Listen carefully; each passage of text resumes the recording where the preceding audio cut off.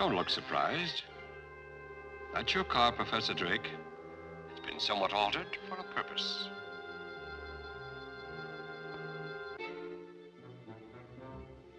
That won't help. Each door is automatically locked. Relax, Professor. I'll do the driving.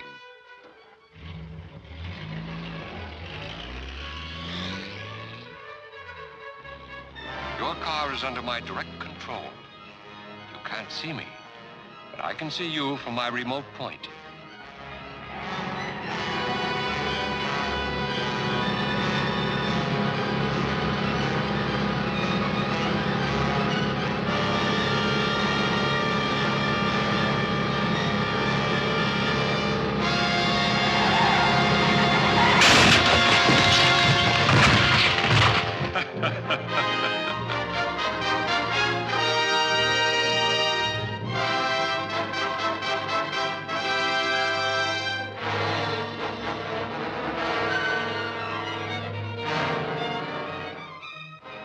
Wait, Professor Millard. You've been working too hard. Life isn't worth it. Your life. Remember poor Professor Drake and Kenyon and Bennett? The papers said their deaths were accidental. But you didn't believe that, did you? You've begun to suspect more than is good for you. Or for me. Now we shall see what the papers say about your death. Nothing could be salvaged. Science Associates has had to start again from scratch. As you can see, Miss Thomas, we've set up a temporary laboratory here in the conference room. But what could have caused the disaster? An unavoidable accident. Unfortunately, no trace was found of Professor Millard, who was working in the building on a supersonic experimental test at the time. That is about all we can tell you. Can or dare? I've given you facts. You also gave me the facts on Professor Drake's death. As publicity director for Science Associates, you've done a good press job, Mr. Winslow, but aren't these accidents occurring rather frequently? This is a scientific experimental project. There's always an element of danger. As well as sabotage? Now you're being melodramatic. No, realistic. If any outside source is suspected of being behind these misfortunes, Science Data magazine would appreciate having that information. Spoken like a true reporter, Miss Thomas. But Science Associates is a too isolated and unpublicized project to attract sabotage. And Jeff King ought to know. As our rocket propulsion expert, he'd be among the first to come in contact with any outside interference. Well, perhaps some of your other members could give me additional information? Information is something we discuss in private sessions, Miss Thomas. However, I can supply names of those comprising our group. That's Professor Bryant, formerly head of Technical Research University, specializes in metallurgy. Martin Conway, atomic expert and senior member of Science Associates. Dr. Grafner, aerodynamic wizard, and Gunther von Strum, authority on nuclear fission. That's quite a collection of brains. And now...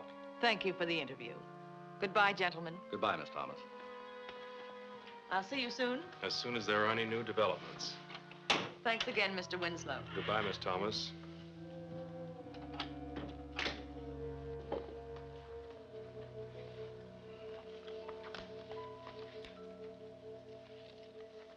The meeting is called to order, gentlemen. As you know, we must select someone to continue the late Professor Millard's experiments. Why? In my opinion, Millard had become a visionary with fantastic ideas. Mad dreams of developing flying suits to change men into human rockets. A victim of overwork. Yes, it must have unbalanced him. His weird experiments cost him his life, and us our laboratory. No, not so fast, gentlemen. There is a possibility that Professor Millard knew something about Drake's death, but he wasn't satisfied with the theory of accident, and neither am I. I agree. The day before that lab explosion, Professor Millard hinted that he was close to naming someone who calls himself Dr. Vulcan. Millard believed this person was guilty of stealing secrets from Science Associates and was responsible for Drake's death. Are you suggesting that one of us is a murderer? I'm merely repeating Professor Millard's words. You seem to be better informed than the rest of us, Jeff. Suppose you investigate the matter for us. In a special capacity. in order to protect our persons and our interests. Agreed, gentlemen? Yes. The new controlled rocket we'll soon be testing. It's part of our interest. Safeguarding that can be Jeff's first job. All right, gentlemen, I accept. I'll arrange for the secret transportation of the guided missile to the testing grounds. Well, if there's nothing more at the moment, I move that this session adjourn. Second. Meeting adjourned.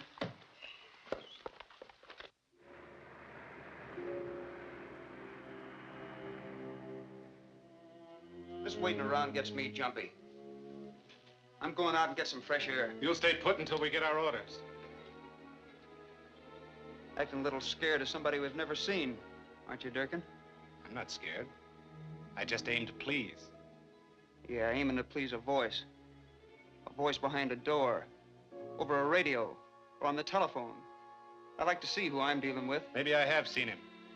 Right now, the important thing is to grab that pot of gold at the end of this rainbow.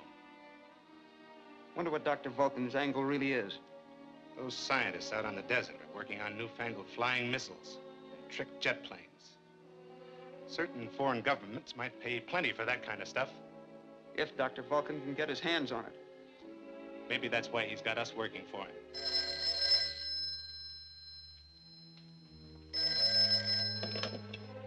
Durkin speaking. I have a job for you. Do you know Professor Jeffrey King when you see him? Sure. What about him? He has convinced science associates that Millard and Drake, at least, did not die because of accidents. You think he knows anything or just guessing? That's what I must find out. If he has any evidence against us, it's probably hidden in the conference room. Tonight, I want you to go there and search.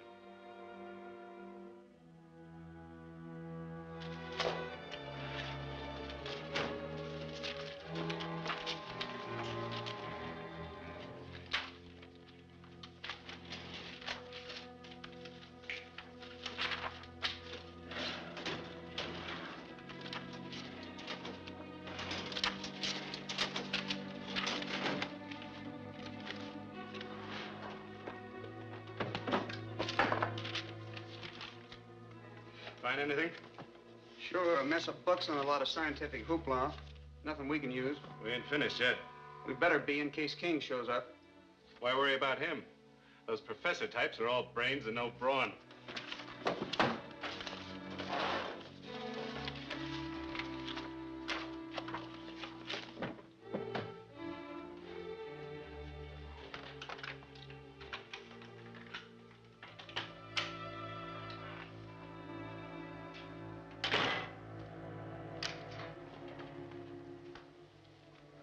What are you doing here? Just browsing. Whatever you're browsing for, you apparently didn't find. Who sent you here? That's our business. Well, I'm making it my business.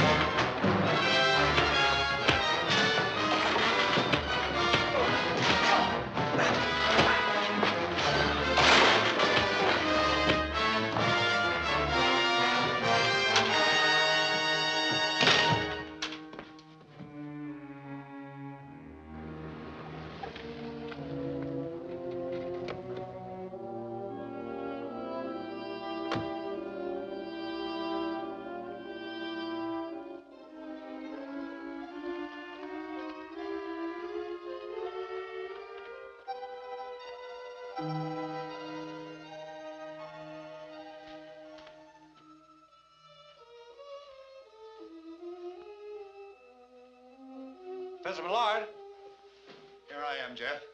what's the idea? Well, I heard someone coming, and I can't risk being discovered by uninvited guests. Oh, I see.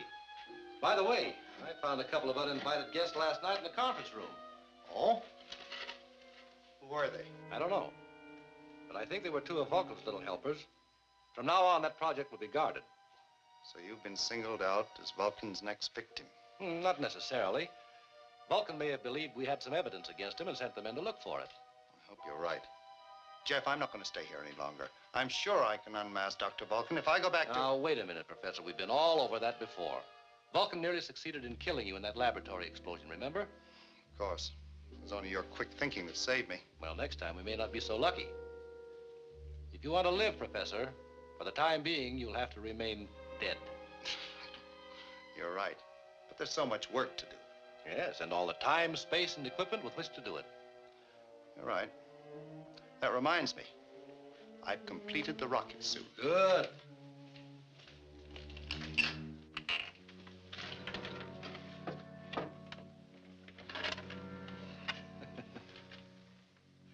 Well, what's so amusing? I was thinking how astonished Professor Graffner will be when he sees this.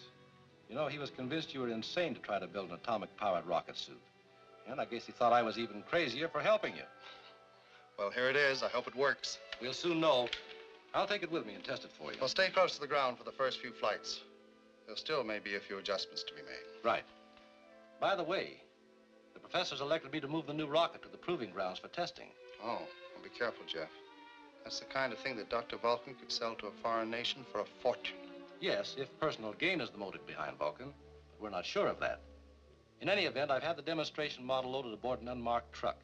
It's being kept under armed guard in a small warehouse in town. I feel sure Dr. Vulcan has no idea where it is. I hope you're right. I'll let you know about the tests.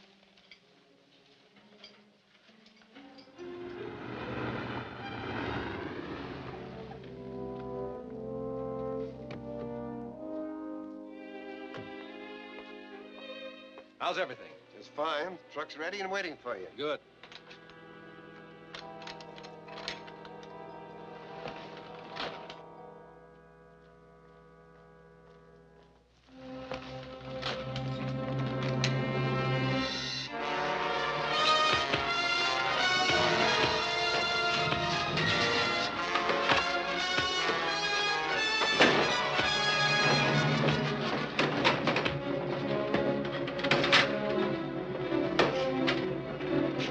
We'll take care of him. Get that truck.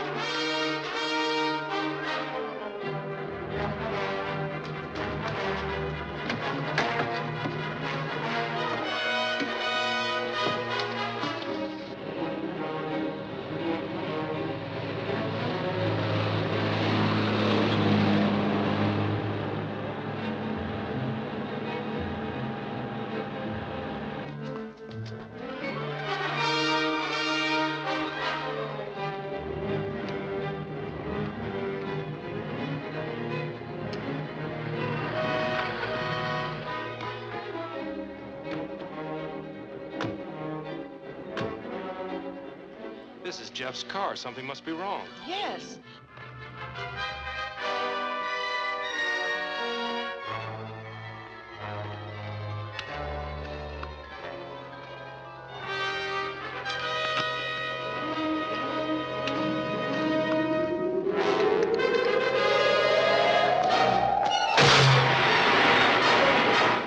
What's that?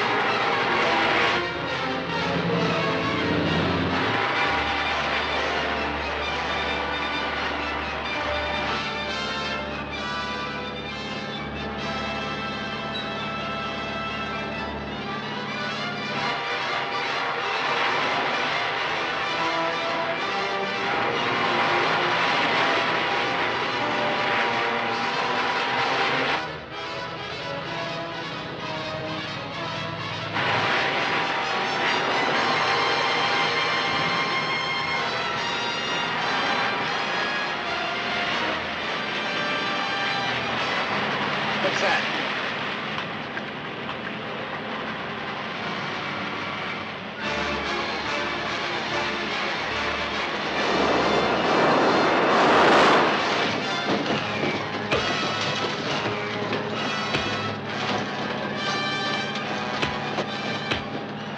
Hey, what's going on back there?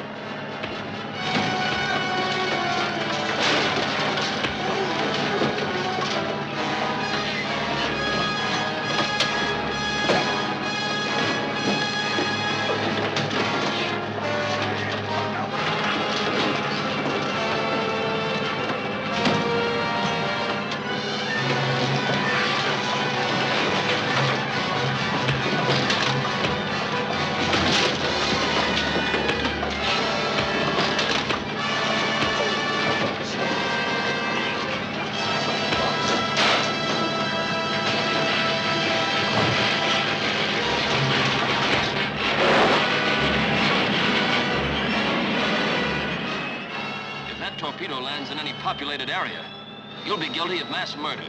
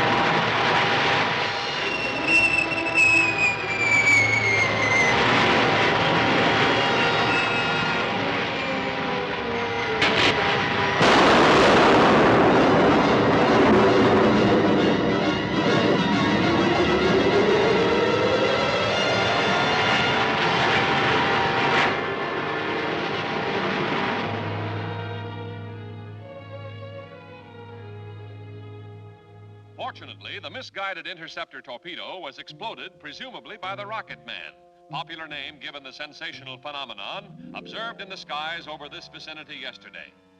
The question arises, is the strange human-like object a visitor from another planet? Or, as seems more likely, Does it represent an effort to overcome the evil that has been threatening Science Associates?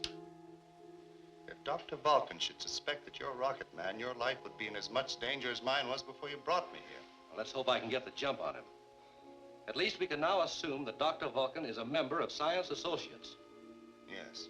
It was only members of that group that knew enough about the secret rocket to arrange its theft. And Vulcan, whoever he is, will be most curious about the identity of Rocket Man. Well, I'll try to spot him when I go to the lab for the meeting today.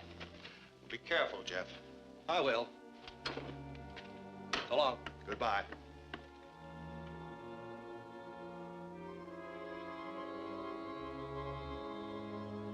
Bert Winslow described the sound of flight as resembling that of Millard's experiments in sonic propulsion.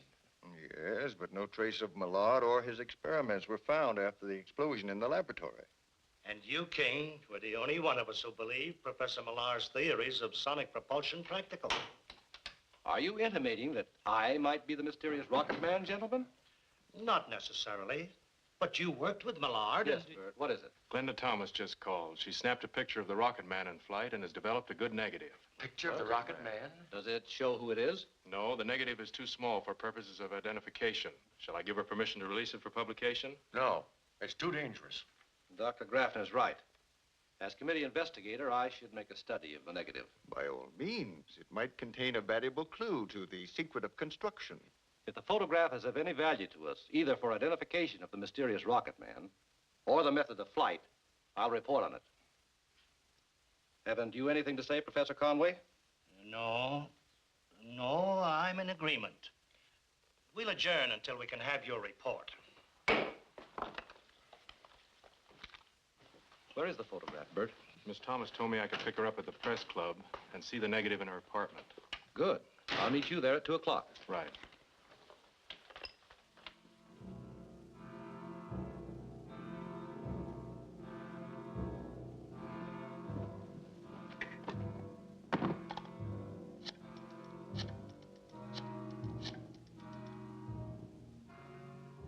Durkin, I think we may be able to stop Rocket Man from any further interference with our plans. There's a picture of him in flight.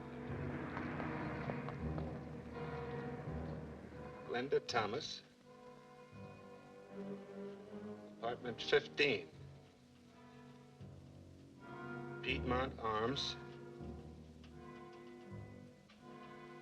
Right. I'll find that negative before Jeff King gets there.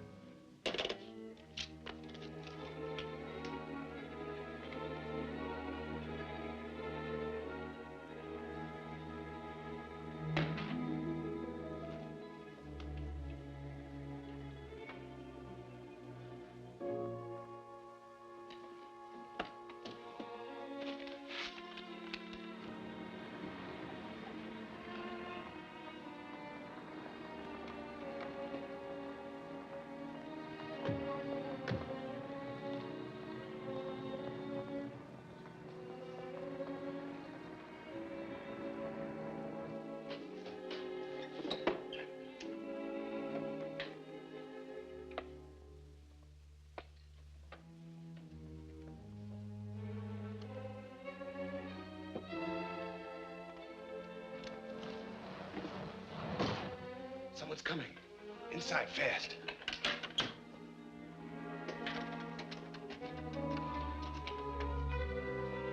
Come on in. Make yourself at home. Thank you. Actually, I doubt if the negative will be of any help to Science Associates. Maybe you're right, but Jeff will know. He should be here any minute.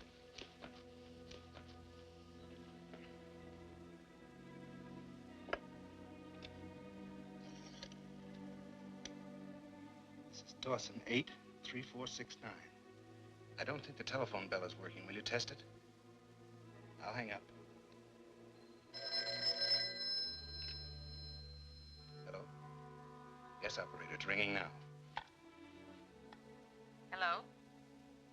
Yes, this is Glenda Thomas. This is Jeff King. I've been unavoidably detained here at the laboratory. Is it possible for you to bring that negative down here? Of course. See you in a little while. Jeff King wants us to bring the film to the laboratory. He's probably busy with an experiment.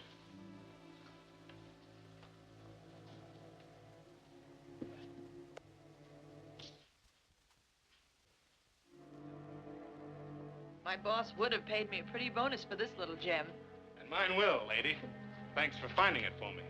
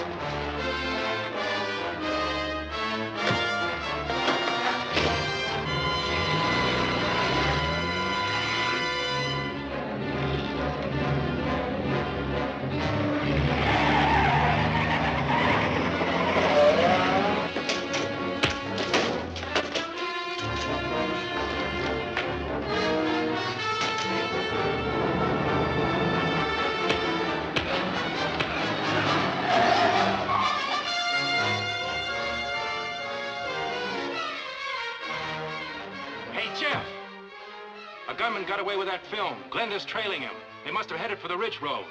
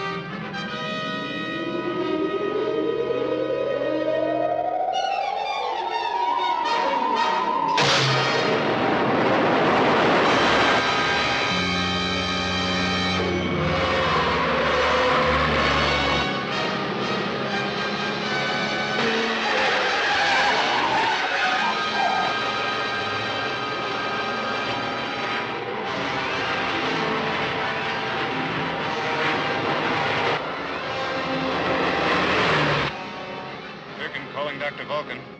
Durkin calling Dr. Vulcan. Vulcan speaking. Did you get the film? Yes, shall I bring it to you now? Where are you? On the ridge route approaching Coldwater Junction. Stand by. See if you're in the clear. Right.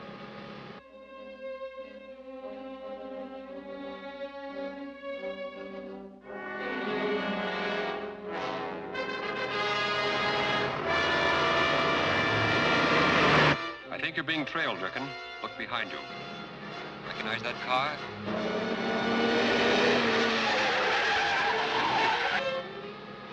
Looks like a car that was parked in front of the dame's apartment house. All right, I'll handle it by remote control. Come on in. Right. Switching off.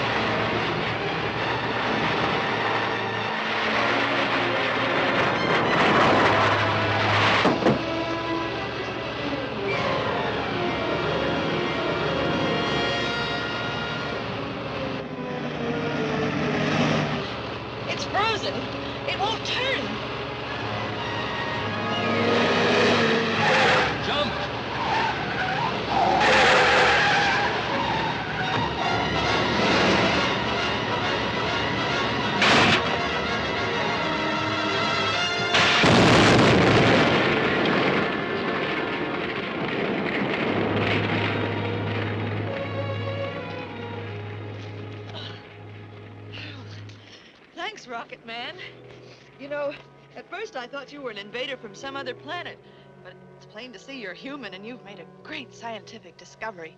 I'd like to write an article about you for my magazine. I'm sorry, that's impossible.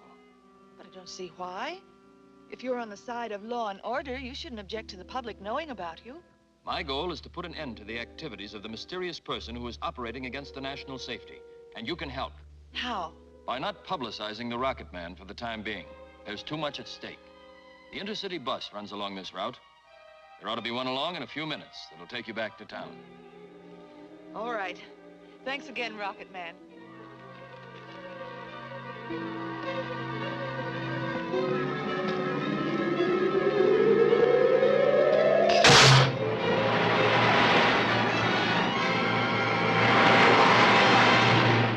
So, even though Glenn had tried to help, Vulcan's men got away with a negative of her snapshot. Even if they enlarge the negative, they can't identify you as Rocket Man. After all, your face is covered. I know that. But the rocket suit will be identified as the one you were perfecting before the lab explosion. It's a matter of record that I was helping you. The natural assumption will be that either you're still alive and the mysterious Rocket Man, or I am. In that case, I'd be forced to leave Science Associates and go into hiding just as you're doing. Well, that hasn't hurt my work. It would be a pleasure to have you join me. I'd like to do that. But we must remember that as long as I can maintain my position with the group, there's a chance of finding out who Dr. Vulcan is. You're right. What good is any of our research as long as this sabotage continues? Vital secrets are stolen, and the lives of our colleagues endangered. Your identity as the Rocket Man must not be disclosed. So you can see how important it is to keep Vulcan's men from enlarging that negative. Have you considered any possible ways you can do that? Yes. The key lies in duplicating the negative on a fine-grained film. And for the type of enlargement they'll need, only Micro 247 can be used. I don't see how that helps you any. Micro 247 is made only by microphotochemists. I'll get them to stop all sales. Good. But isn't there a supply kept in Science Associate Lab? And if you suspect anyone... Yes, we use it from time to time in experiments. And that's exactly my point. Yeah. All right, then. Thanks. No soap, Durkin. I've tried every photo studio in town that could possibly handle that sort of film. And it's scarcer than bathing suits at the North Pole. There's no other outfit besides Microchemist that makes it? Well, not out here. I could get some back east, though. This can't wait.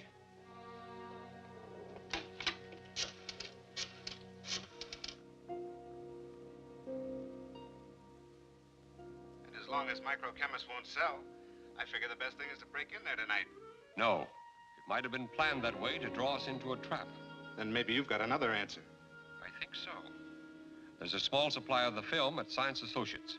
Be at the North Gate at 9 o'clock. What about getting in? I said be there at 9. The gate will be open, and from there on you will...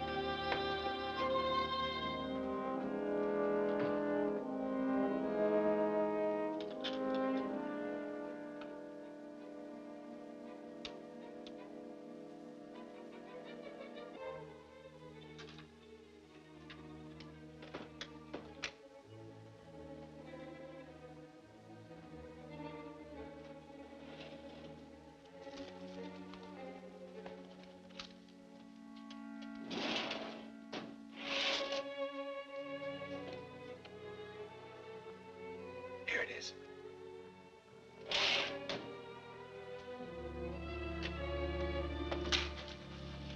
Don't move. Now, Durkin, who paved the way for you to get in here? I find my way around pretty well without anybody's help. Oh, if that's how you feel, you'll find your way to police headquarters with my help. I'll take this first, if you don't mind.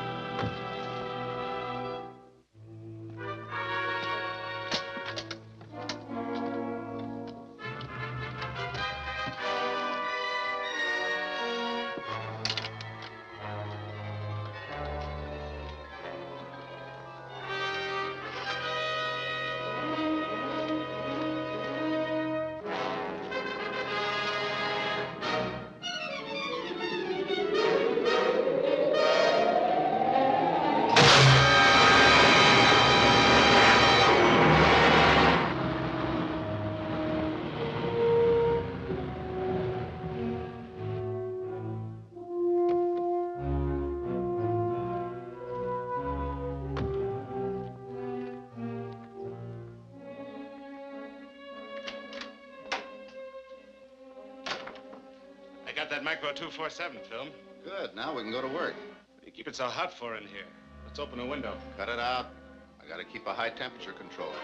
Oh, stop dramatizing. This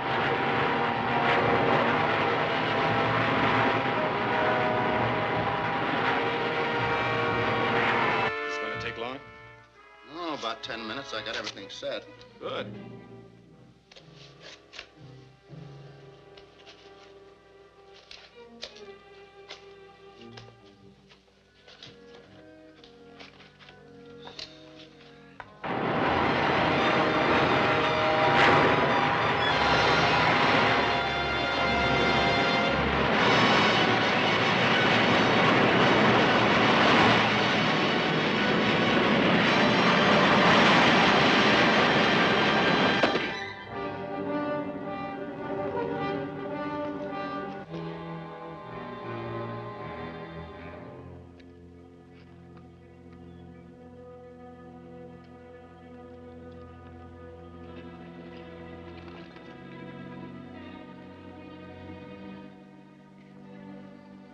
I'm going outside to cool off.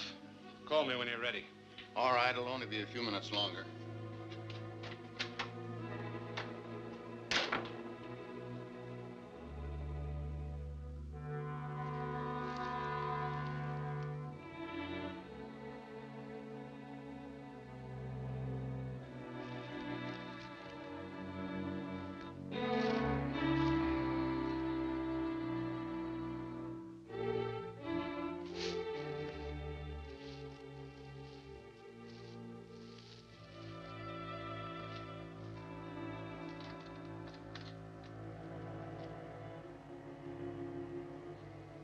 Okay, King. How did you get here? Hadn't you heard? I'm Rocket Man. Sure. And I'm the King of Siam. Inside.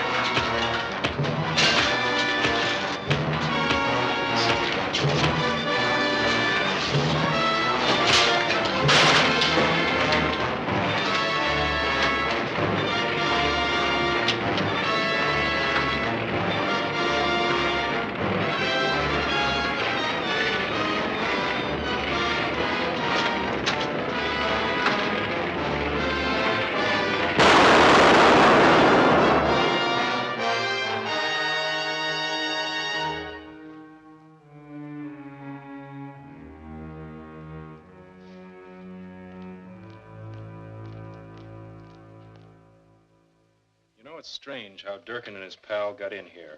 I've checked the doors and the windows, and there's no signs of tampering.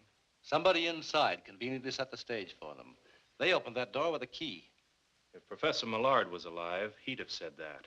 He was sure that Dr. Vulcan is a member of Science Associates. And now I'm sure. Outside of ourselves, we have 4 likely candidates. Professors Bryant, Conway, Graffner, or Von Strum. Determine who among them arranged for Durkin's visit, and I think we'll have found Dr. Vulcan. That's a large order, Jeff. I wonder. Something happened here this evening that may tell us who Vulcan really is. As you know, I was sure Vulcan's men would try to get our supply of microfilm. When I knew they were inside, I slipped up on them. Don't move. Now, Durkin, who paved the way for you to get in here? I find my way around pretty well without anybody's help. Oh. If that's how you feel, you'll find your way into police headquarters with my help. I'll take this first, if you don't mind. Durkin had an inside confederate. A confederate who wore a distinctive signet ring. A ring I can't possibly fail to recognize if I ever see it again. Well, your chance may come at tomorrow's general meeting. It may at that. Let's go.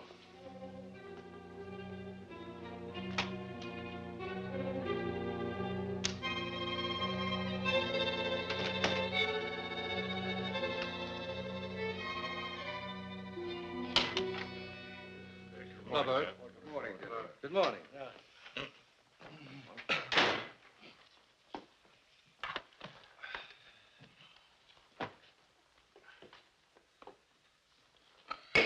Gentlemen, Jeff King has a request to make. Thank you.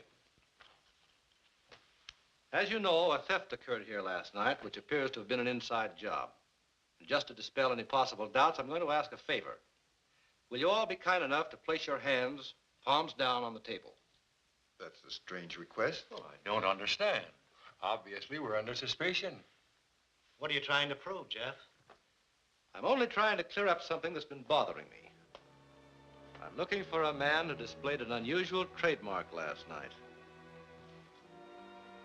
He made the mistake of wearing an intricately designed ring that definitely incriminates him. And you are that man, Professor Conway. I? There must be some mistake. That's your ring, isn't it? Yes, but And you wore it last night when you conveniently turned the lights out in this room, didn't you? are you trying to insinuate that There's no use denying it. I'd recognize that ring any place. Perhaps you'd recognize this. I was warned about you, King. You've got to blame somebody for what happened around here. But you're not going to make me your scapegoat. Put that gun away. Don't move. Any of you.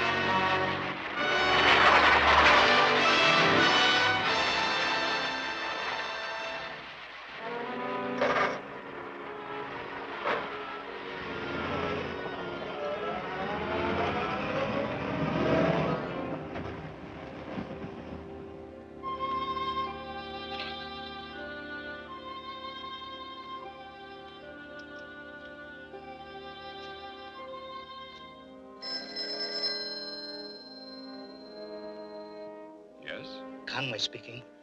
I had to call you at that special number you gave me. You saw what happened at the conference meeting. Certainly. I warned you that Jeff King would try to implicate one of us. But he's making a terrible mistake.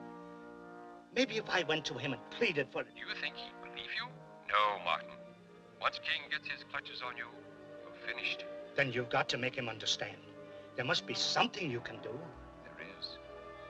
Remember our pact to help each other if an emergency like this ever arose? Yes. Yes, of course. Well, I haven't forgotten it either.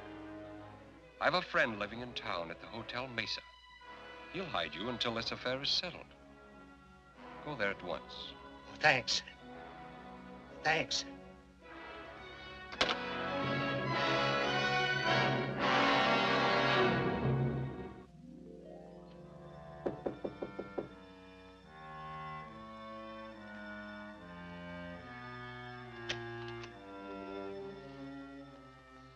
I'm Professor Conway. Won't you come in? Thank you.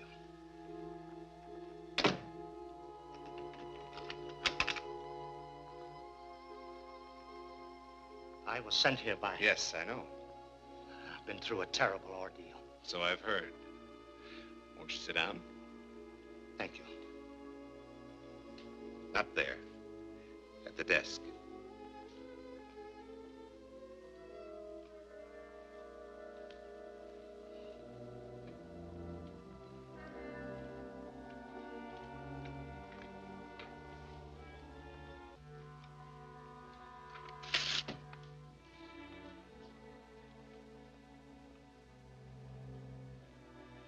What's that for? You're going to write a confession, taking the rap for everything that's happened at Science Associates. I am? Oh, there must be some mistake. I thought you were a friend of... Sure. That's why you're here. Now get busy on that confession. You must be mad. I can't do that. Does this change your mind? Start writing. I'll tell you what to say.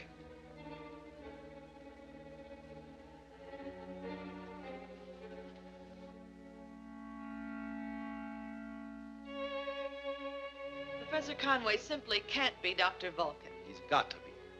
And once I get a police report on his whereabouts, I'll prove it. Hey, Jeff. The police just located Conway's car parked in an alley alongside the Hotel Mesa. Maybe it was just abandoned there. I don't think so. A plainclothesman checked on every resident. A man answering Durkin's description occupies a top-floor room. There's your proof. Durkin and Vulcan go together like ham and eggs. This is a chance to nab both of them. A story for me. Let's go. Glenda, I've asked the police to keep hands off so that Conway's suspicions won't be aroused. Now I'm asking you. Stay here with Bert. We understand. It is better that you do the job alone. Thanks.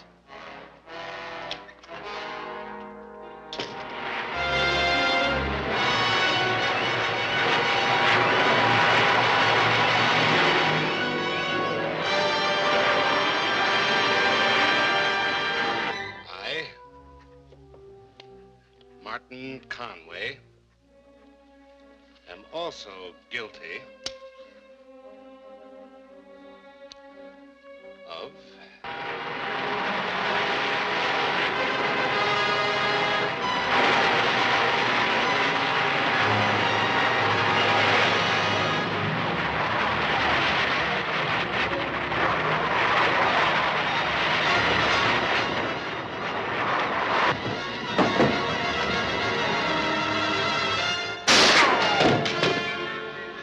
Am I glad you're here?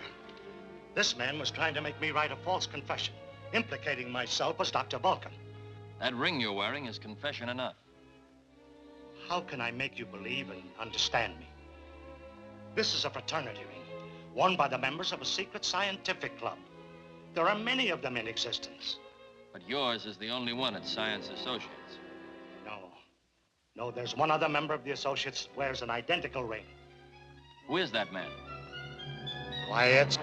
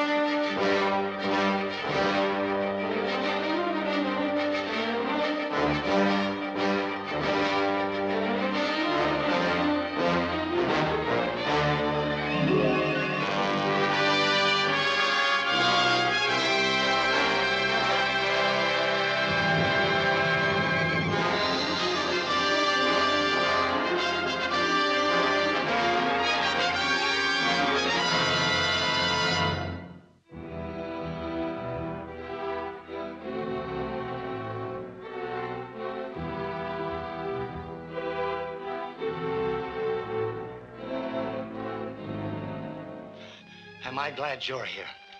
This man was trying to make me write a false confession, implicating myself as Dr. Vulcan. That ring you're wearing is confession enough.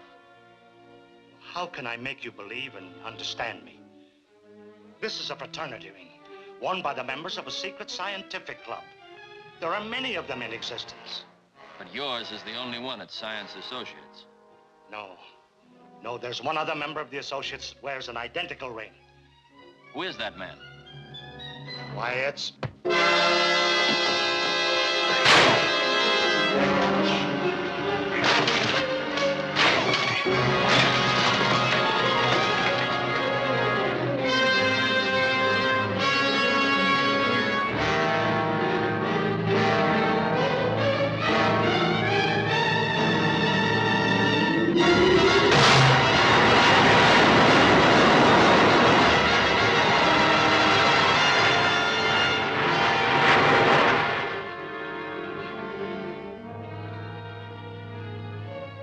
I can't understand it. I never noticed Conway wearing the ring you say you saw on Vulcan's hand. I don't think that was a coincidence. Vulcan planted it on Conway before our last conference. Then Vulcan had to know that you'd be looking for that particular ring at the meeting where you planned to confront him. Apparently. I only told Bert Winslow. Winslow? I've always considered Winslow above suspicion, Professor, but Vulcan invariably seems to learn of my plans. I think I'll go back to the laboratory now and see if I can find out how he does it. Well, good luck, Jeff.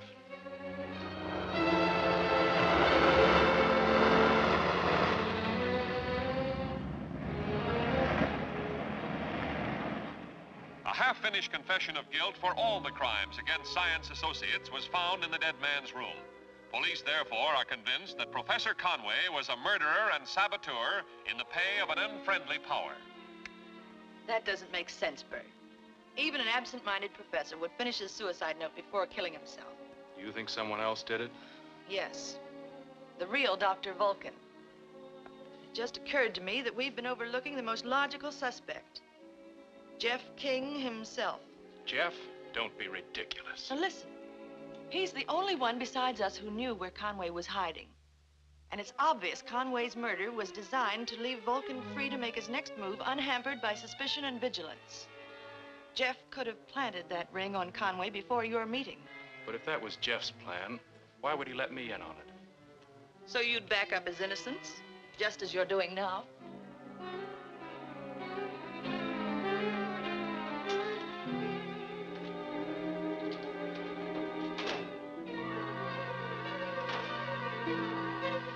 If you want me to prove to you that Jeff King is not Dr. Vulcan, we'll go down to that lab right now and start an investigation. All right.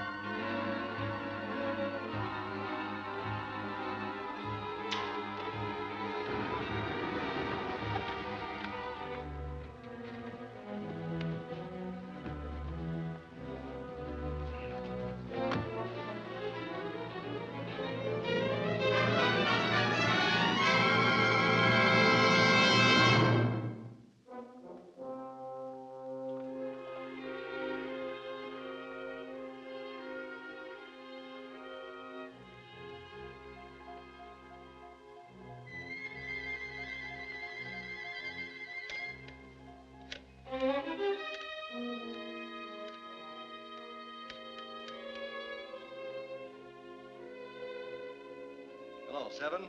This is Jeff King. I've decided to accept your proposition. I've just completed work on my ultrasonic firing tube, and I'm ready to sell it myself, rather than give Vulcan the pleasure. Don't worry about Science Associates. I'll tell them the experiment was a failure. I'll bring it to the barn at the old Bar H Ranch at 4 o'clock.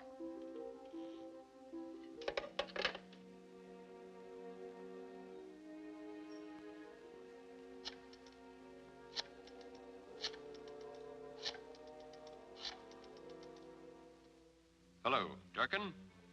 You have a job to do at 4 o'clock this afternoon.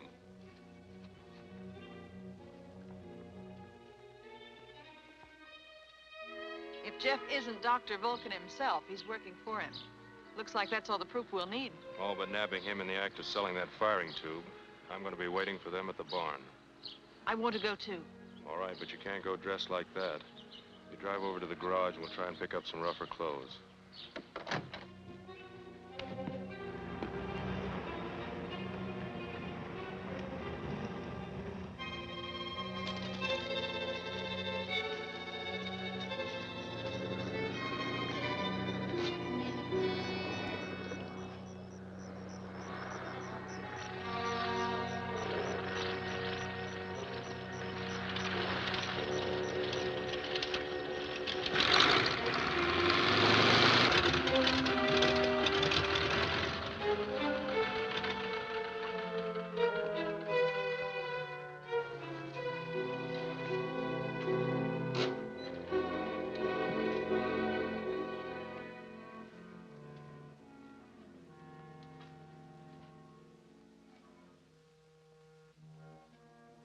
Durkin.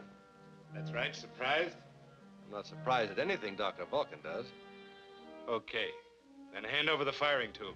Not so fast, Jeff King.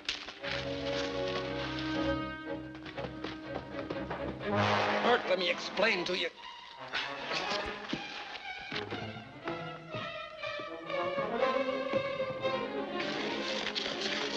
Bert, wait a minute. Listen to me. Listen to me. I did, you traitor. I heard you talking over the telephone in the conference room. But that was for the benefit of a hidden microphone. That package I gave Durkin contained it. I know what was in that package.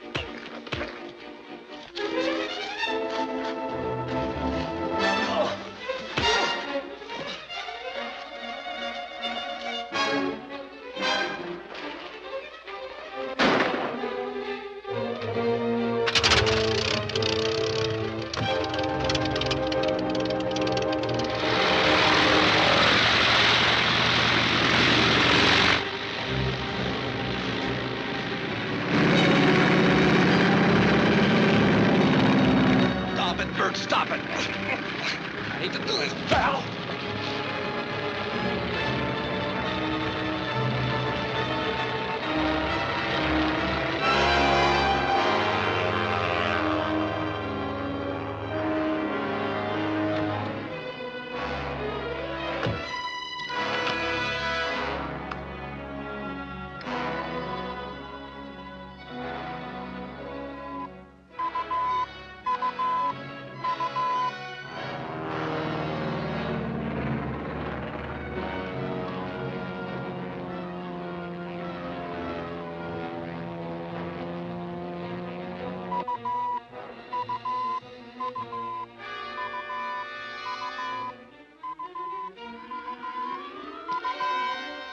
Now listen to me, Bert. Durkin may be leading us to Vulcan's headquarters. There's a direction finder in that package he took with him. What? That's right. But Durkin also took Glenda with him. Glenda? Yes, we thought there was a secret firing tube in that package. She was trying to get it away from Durkin. I saw her get into the plane. Durkin, calling Dr. Vulcan. Durkin, calling Dr. Vulcan. This is Dr. Vulcan. Come in, Durkin. I got that firing tube from Jeff King. Are you sure he didn't slip you a concealed direction finder? Signals are coming over my radio amplifier. Stand by, I'll check it.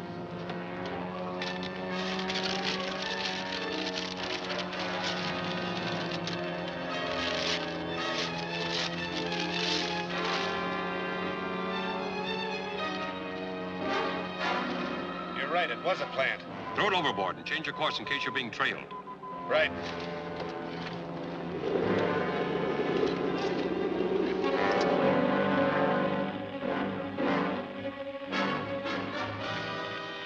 What's the matter? Either this detective's gone haywire, or Durkin's discovered the direction finder and ditched it. And how are we going to know where he's taking Glenda? You'd better get to the nearest telephone and call the police aeronautics division. Tell them I'll contact their planes by radio if I can relocate Durkin on this. Right. You're next, sister.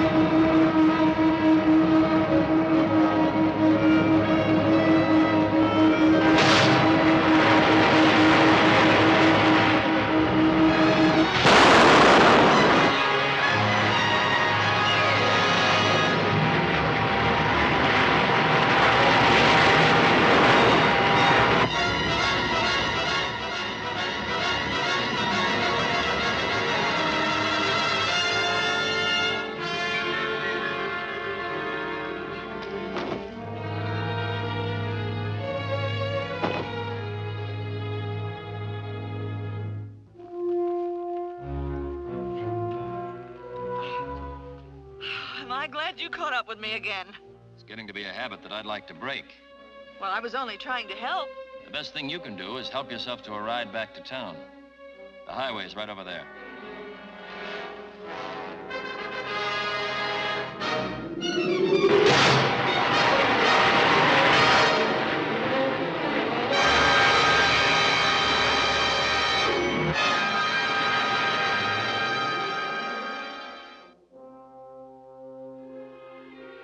And if Bert and Glenda hadn't interfered, we might have known who Dr. Vulcan is by this time.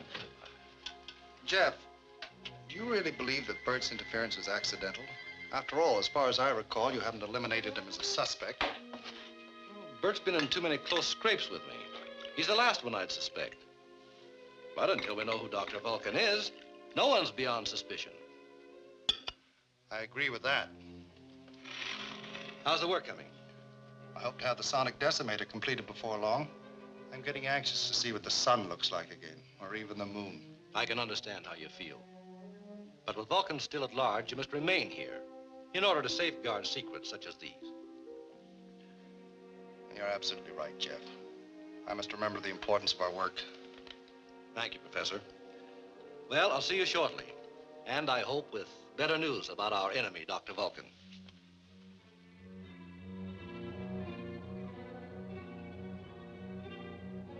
Durkin calling Dr. Vulcan.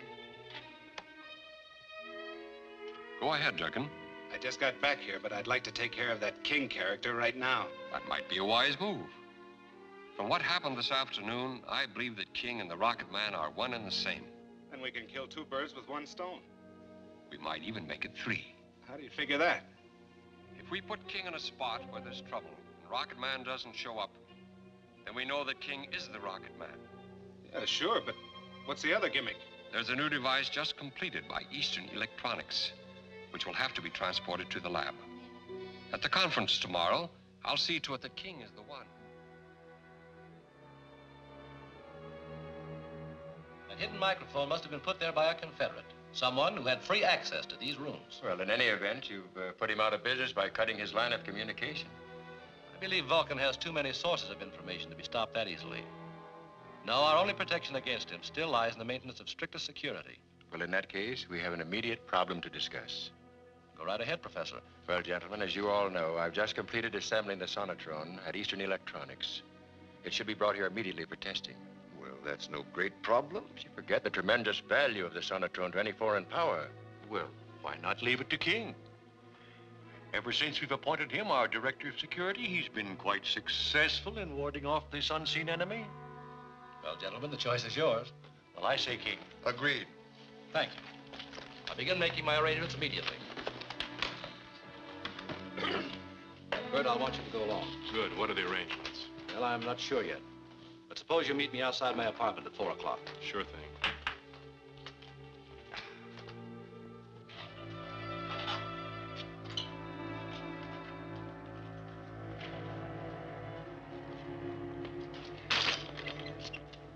Okay, keep your hands down and your trap shut. Get in your car.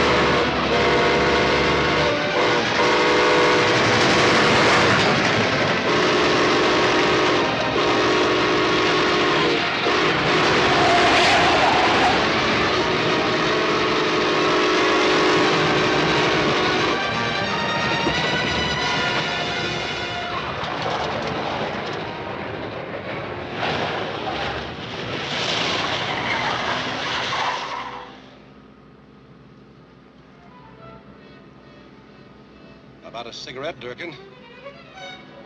Okay.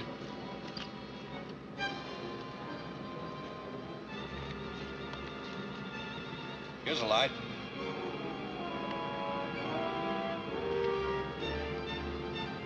What bright ideas Dr. Vulcan dreamed up this time. It's bright, all right. 3 birds with 1 stone. I don't get it. You will. In fact, King, you're going to work this one out for Dr. Vulcan. Over my dead body. That's up to you, hero. But when we get to Eastern Electronics, I'm going to be your driver on the truck that moves the Sonotron. Got it? Better play along, because I got a hunch that Rocket Man ain't going to show up to help you out of this one.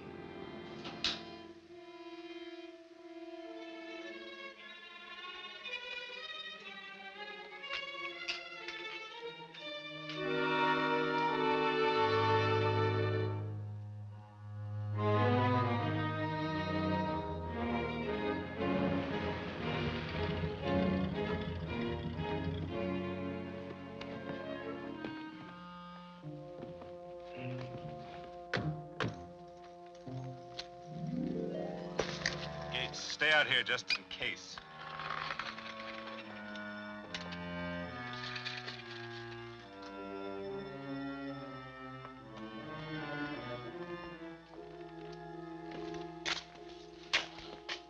What can I do for you? I'm Jeff King of Science Associates. Can I see your credentials? Yeah, sure.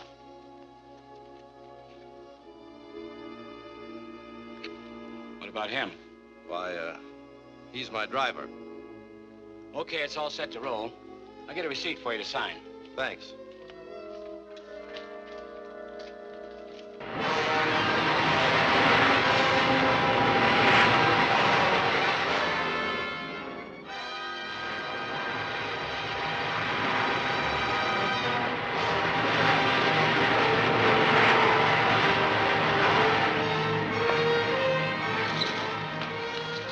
Hey, Durkin! It's Rocket Man. He's headed this way.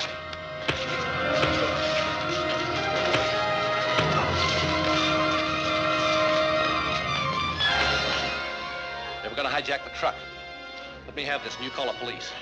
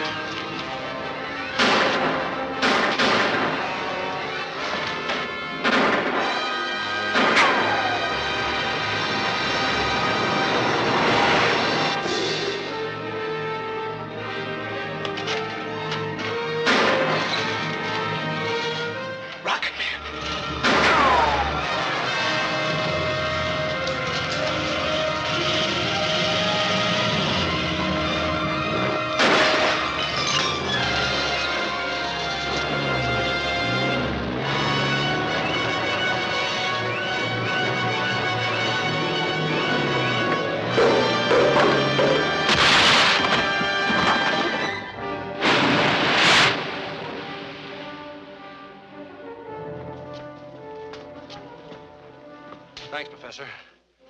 I'm afraid we've lost the sonotrone, but at least Vulcan didn't get it. Well, we can build another.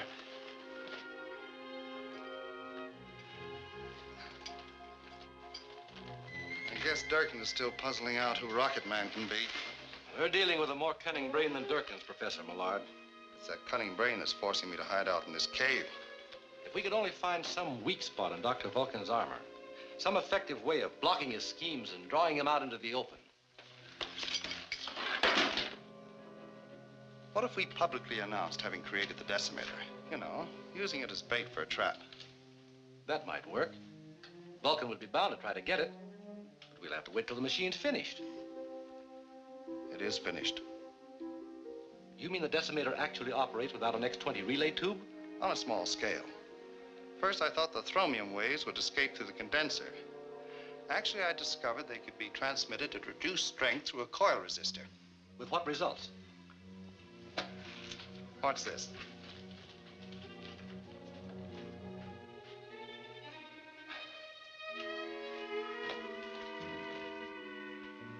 Know what this is? I'd say it's manganese steel. Right. One of the strongest metals known. Now, just wait a minute.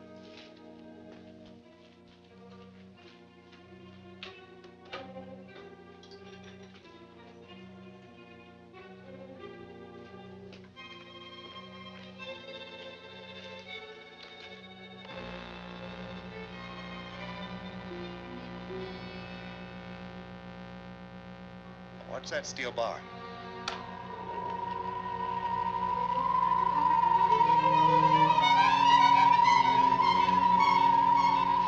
That sound is the high-frequency thromium waves radiating through the coil resistor.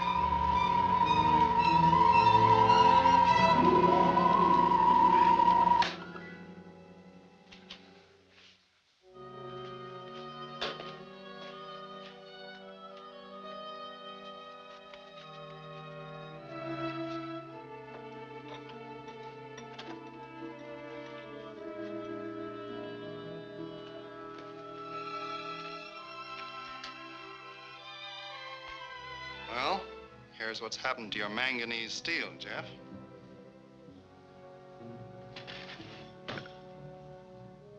Surprising, isn't it? It's not only surprising, Professor, but in the hands of the wrong people, it could be terrifying. Now I have a little surprise for you. I've completed work on the X-20 tube. Jeff, do you realize what this means? We'll possess the most potent weapon of its kind in existence. Can you bring me the tube tomorrow morning? Well, I don't know about tomorrow. Vulcan must have figured out that I know Rocket Man. Every move I make may be watched. It might not be wise for me to come here again for a few days. It's bad enough being cooped up here. To have to stay underground like a mole unable to work, Jeff, I understand, Professor. Well, I guess the time has come to take Bert and Glenda into our confidence.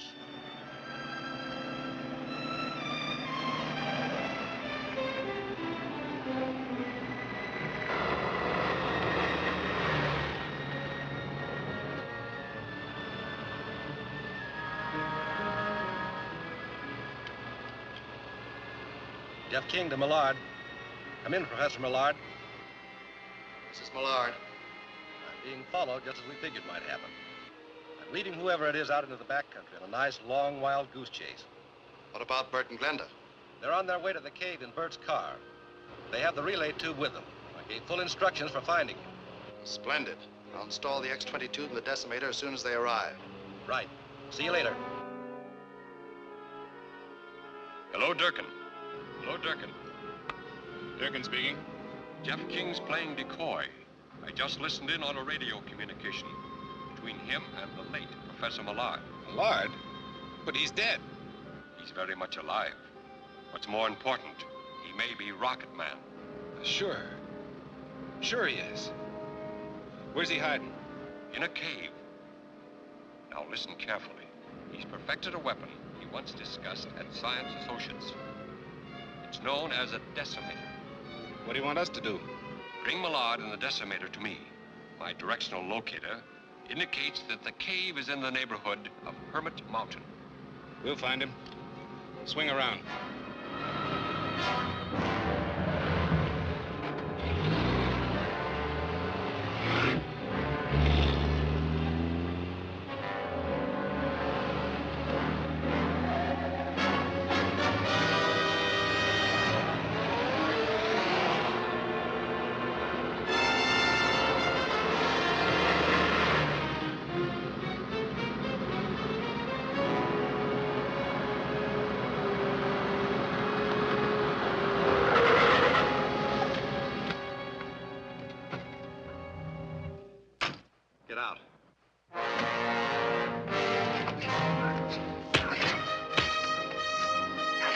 King. Hold him here. I'll pick up a couple of the boys and head for Millard's cave.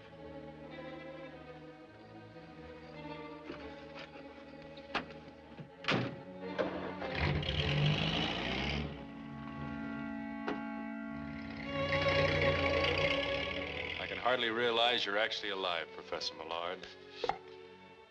I have our friend Jeff King to thank for that. Ah, the X-22.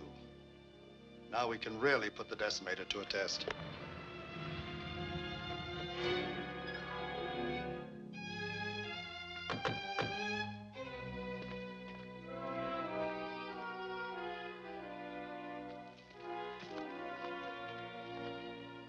Might be a long wait, pal. Better take the load off your feet. Yeah. Think I will.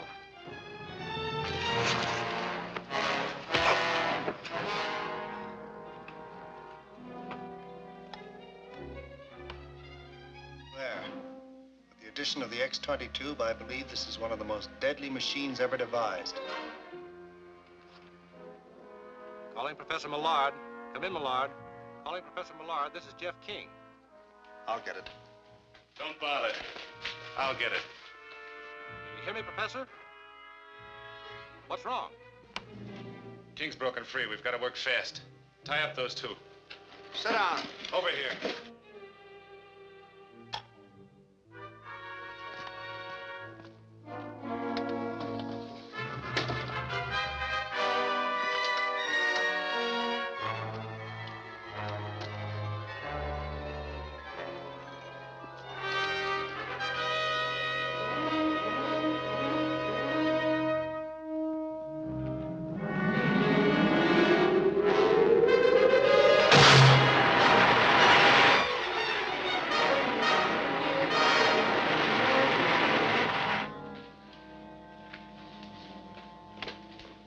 You're coming with us to visit Dr. Vulcan.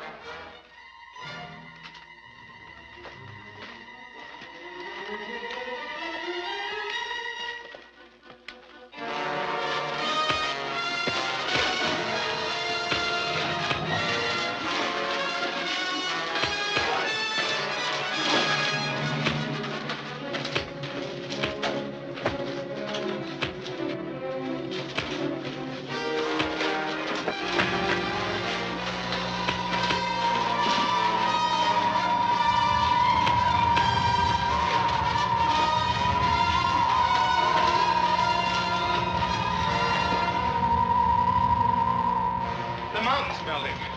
Through there must be an air shaft.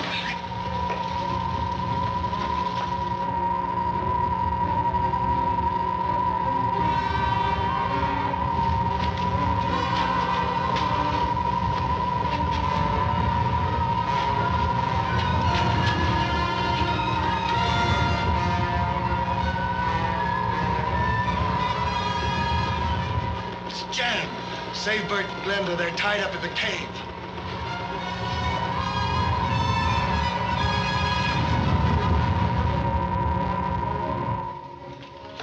Rocket Man, where's Professor Millard? He's all right, but the tunnel is filling with lava. Hurry, Rocket Man.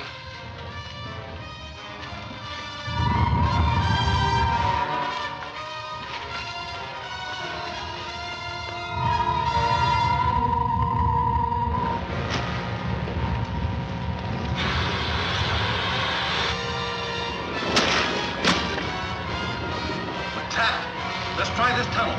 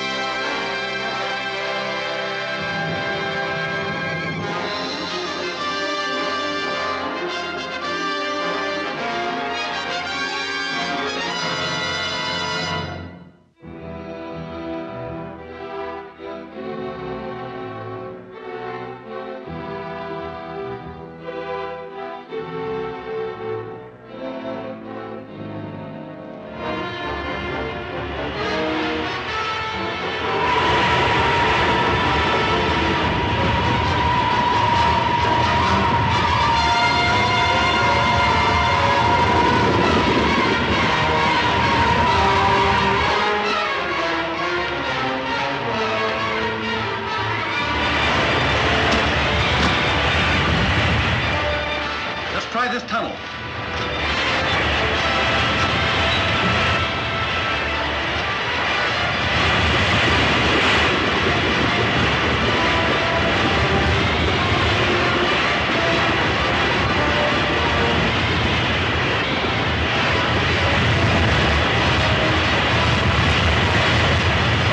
Look, through this air shaft, quickly. It'll lead us outside.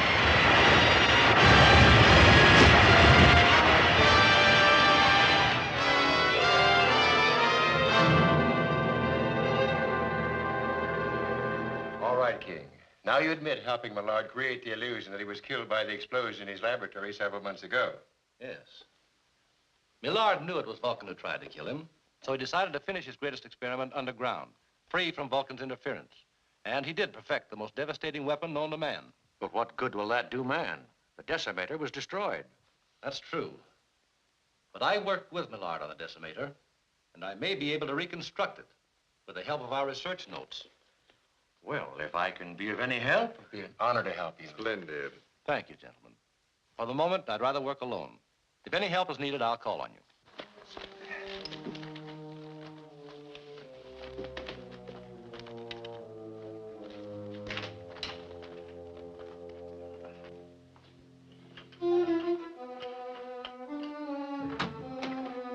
You're not going to leave these things in here overnight, are you? They'll be as safe here as any other place, Bert.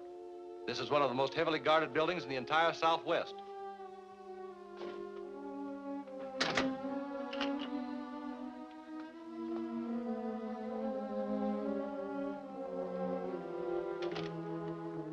Left 38, twice right 13. Right 31, twice left 19. Left 38, twice right 19. Left 38, right 19.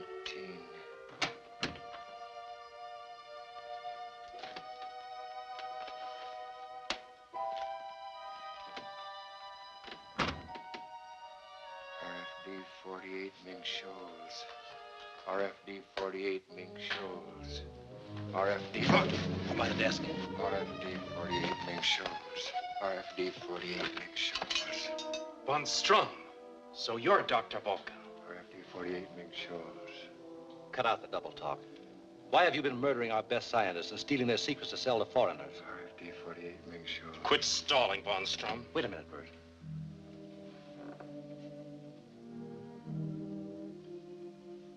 I believe this man's under the influence of an hypnotic sedative. Then maybe he isn't Dr. Vulcan. I don't think so.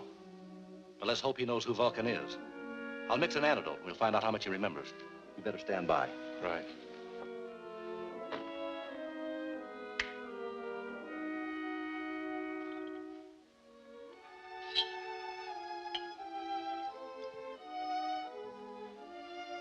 Here, Von Strum.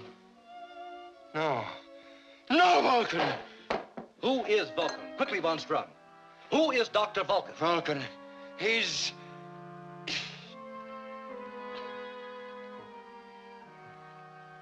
What? Jeff. How did I get back here? Back from where? I don't know. I can't remember. We went to Gramercy's for lunch, all of us, after the meeting. And I don't understand. I was sitting there with a cup of tea and... But that was hours ago.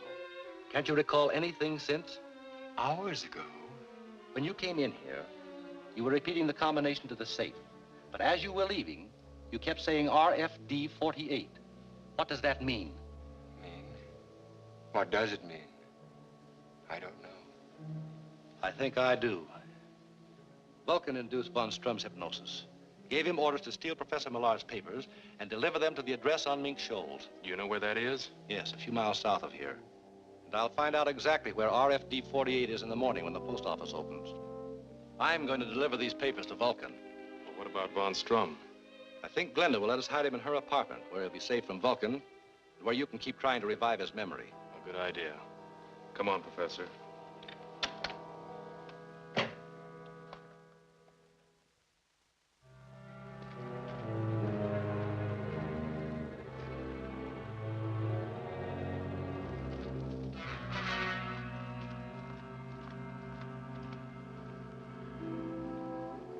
Walk up to the highway and look out for Von Strum. I'll be inside.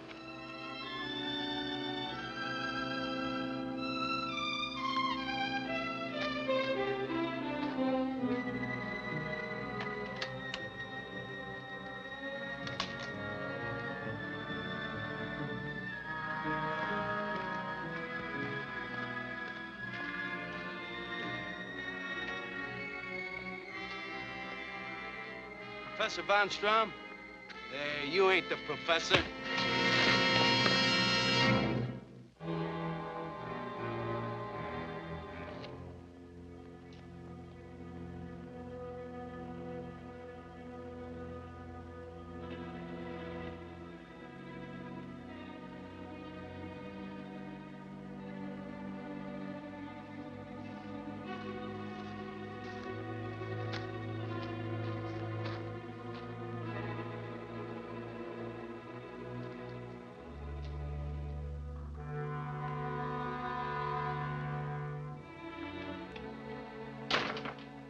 Any sign of the professor?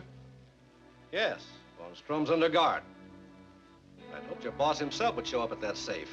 What are you talking about, King? Dr. Vulcan. I want him. Look around. There's no Dr. Vulcan here. You know where he is. And you're going to take me to him. Stand up.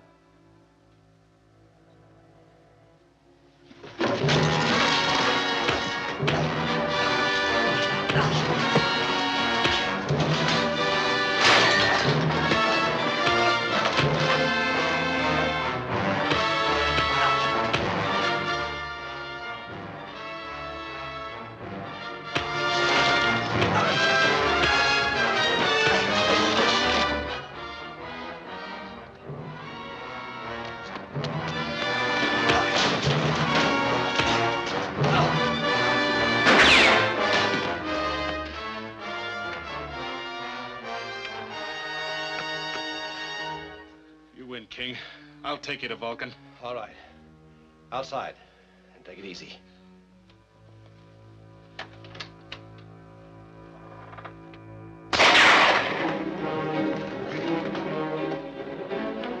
Hey, Turk, keep him pinned down here.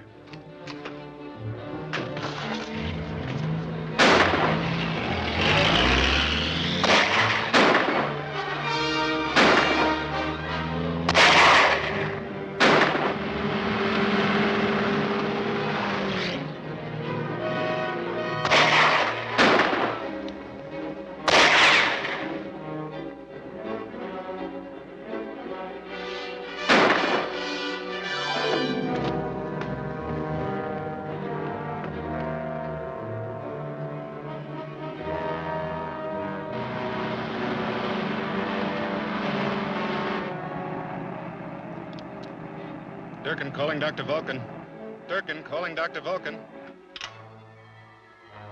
This is Dr. Vulcan. Come in, Durkin.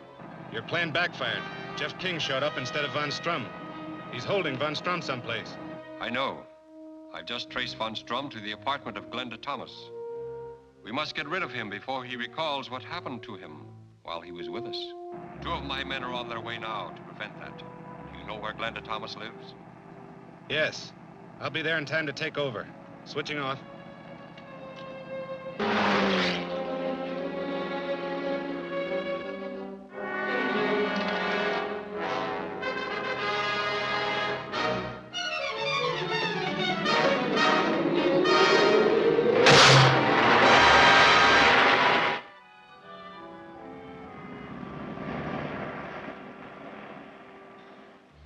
Thank you.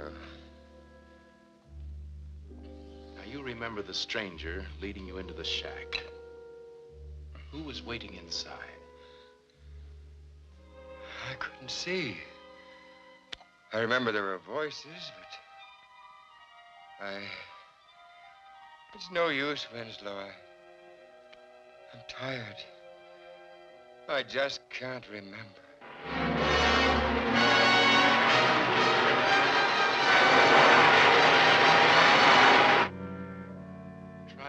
Professor.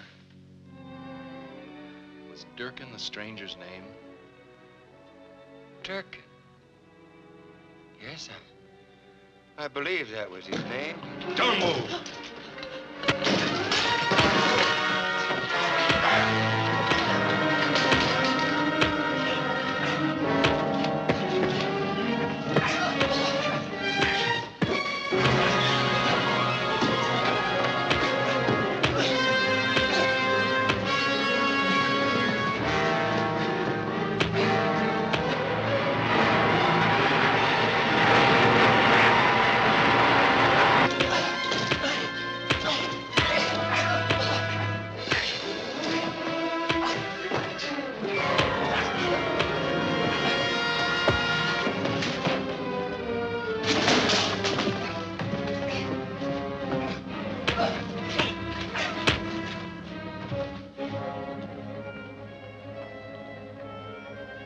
just prolonged the agony, sister.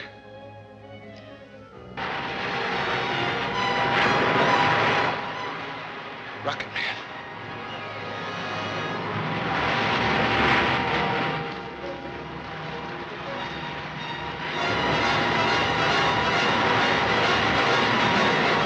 Here he comes. Let him have it.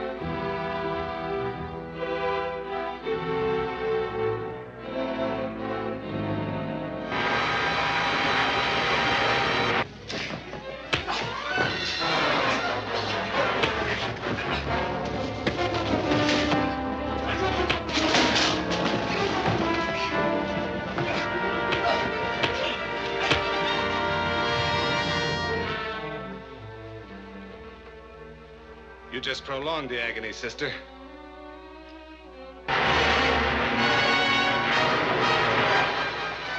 Rocket Man.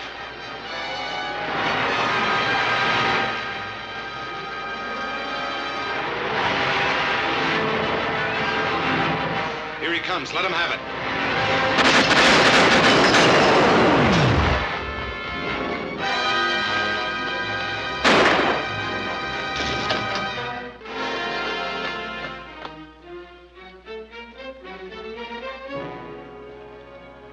He's dead. I'm sorry. If I could only have gotten here sooner, I might have prevented this. Therefore, it is adjudged that death was a homicide committed by a person or persons unknown. Signed, Forthright Coroner's Office. Those, unfortunately, are the cold facts. Another victim added to Dr. Vulcan's list. Another sacrifice, King. If you had only enlisted our help, we wouldn't be faced with these cold facts. I don't see why you or I could have been of much help. But no matter what dangers lie ahead, I'm still willing to trust the King's judgment. Of course, I'm not blaming you, King, for these unfortunate occurrences. I just thought perhaps we might be of some assistance. Let's leave it with the understanding, then, that I'll call upon you whenever I feel you can help. Fair enough. Oh, by the way, King, how are you getting on with rebuilding the decimator? Well, it's a difficult task, Doctor, but I hope to have some results soon. Good, good.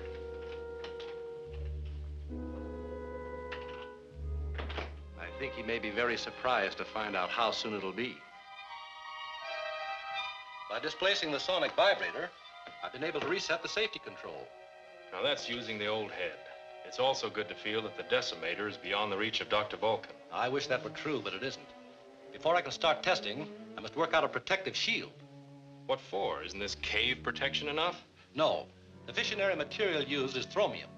It kicks off ultraradionic waves that are detectable within a radius of 100 miles.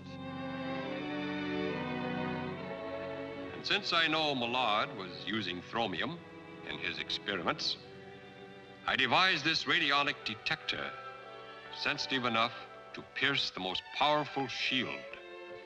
I get the general idea. By using this gadget, I can locate the hiding place where King is working on the decimator. Precisely. Look here. This dial will be your guide. 0 point indicating when you are in the area. Looks like a cinch. Up to a point, Durkin. However, I'm sure King has protected his workshop with some warning device. So I just barge in and... You'll use force only as a last resort. Okay. What have you got in mind? Take a motorcycle with you on the truck. Motorcycle? Yes. And after you locate the hideout,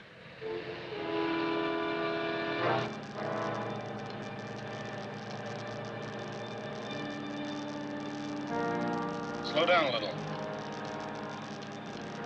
Hold it. Down that side road to the left.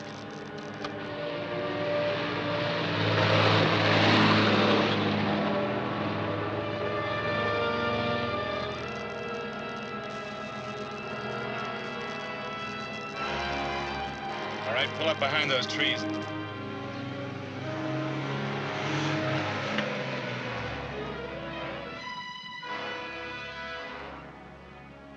That's the place we want.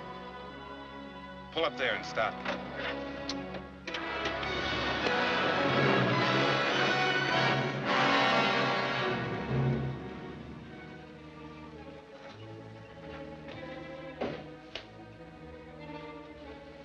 All right, fellas, get out the motorcycle.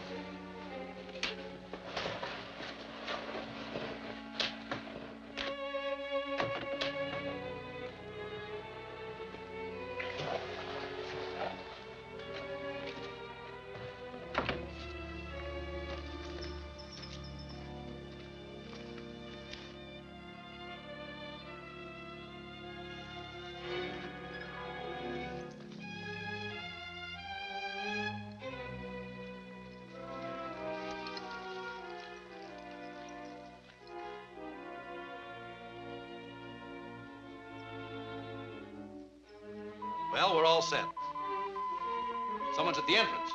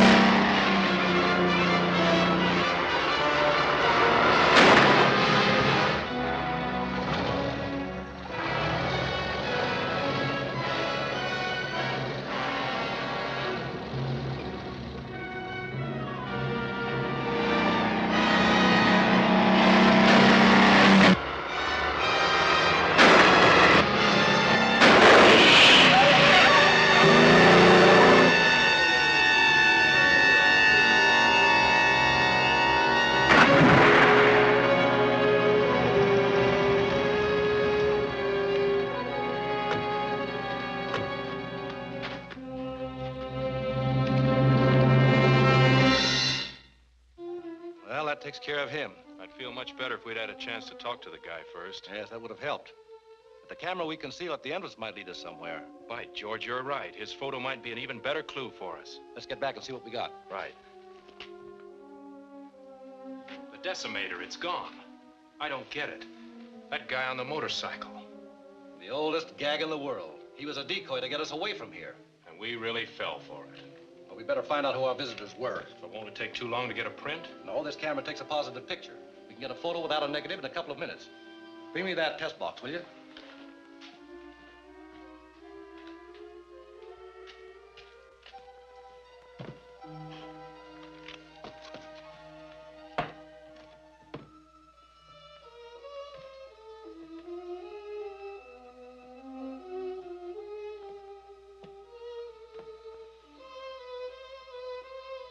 Look at this. What's so surprising about seeing Durkin? No, not him, the truck. It must still be in the vicinity, and a police blockade could trap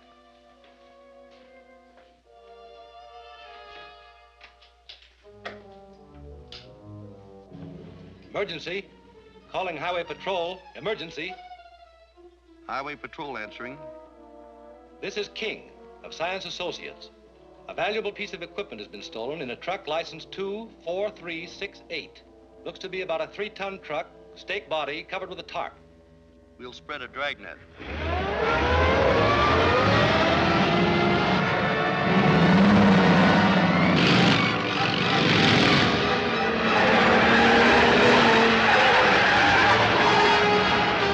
From the police report I picked up, they've got a full description of the truck.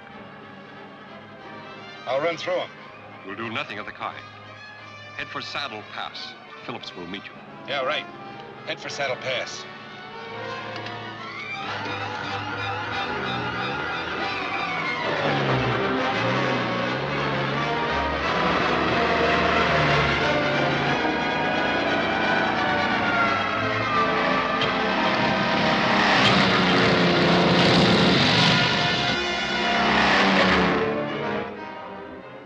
Half an hour, we should hear something pretty soon. Or start building a counter weapon. Highway Patrol calling King. Come in. Our patrol has just located your truck moving along Abbey Road toward Saddle Pass. Great. I'll take it from here. You stay here in case I need a contact. What can you do alone? I have a fair idea.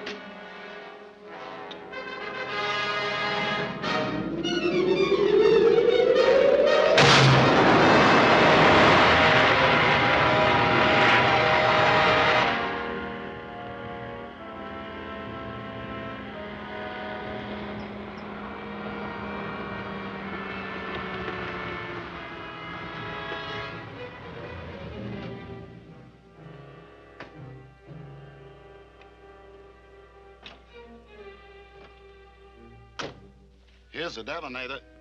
Okay. Help him move the decimator. I'll set this up. Okay.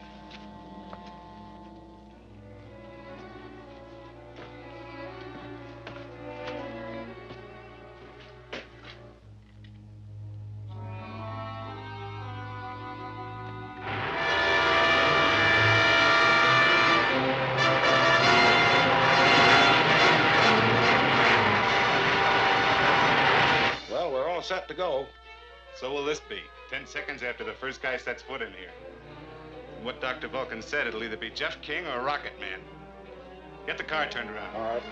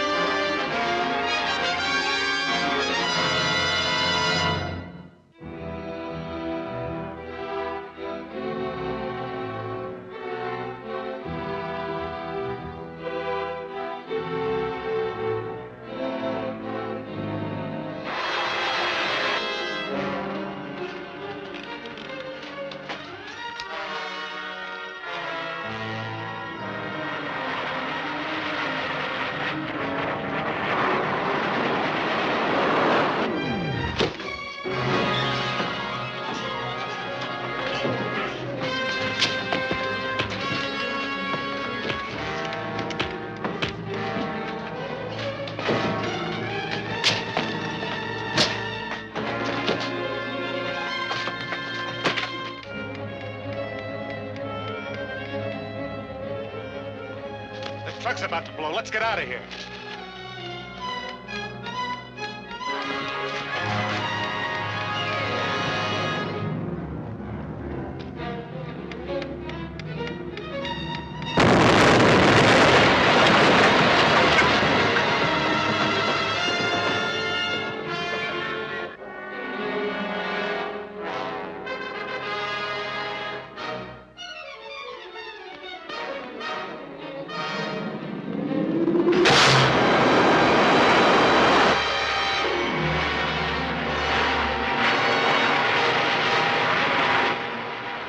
Back to the car.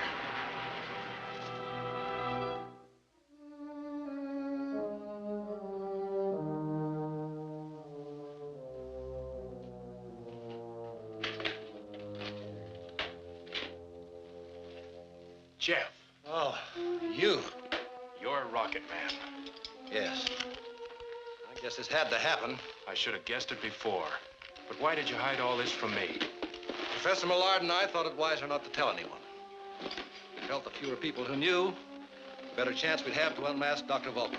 Then that is Millard's invention. Yes. Shortly after he established himself in that cave to escape Dr. Vulcan, I found out he perfected the flying suit and volunteered to test it for him. Well, here it is. I hope it works. We'll soon know. I'll take it with me and test it for you. Well, stay close to the ground for the first few flights. There still may be a few adjustments to be made. Right. By the way, the professor's elected me to move the new rocket to the proving grounds for testing. Oh, well, be careful, Jeff. That's the kind of thing that Dr. Vulcan could sell to a foreign nation for a fortune. Yes, if personal gain is the motive behind Vulcan, but we're not sure of that. In any event, I've had the demonstration model loaded aboard an unmarked truck. It's being kept under armed guard in a small warehouse in town. I feel sure Dr. Vulcan has no idea where it is. I hope you're right. I'll let you know about the tests. That warehouse was where Glenda and I were to meet you. Yes. I had everything set. Then somehow Dr. Vulcan learned of my plans.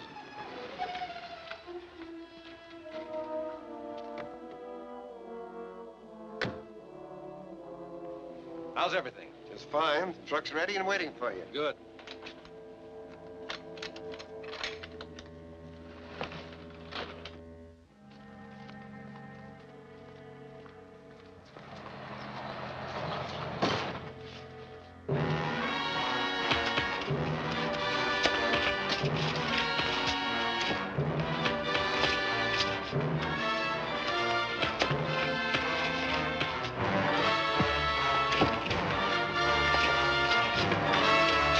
We'll take care of him. Get that truck.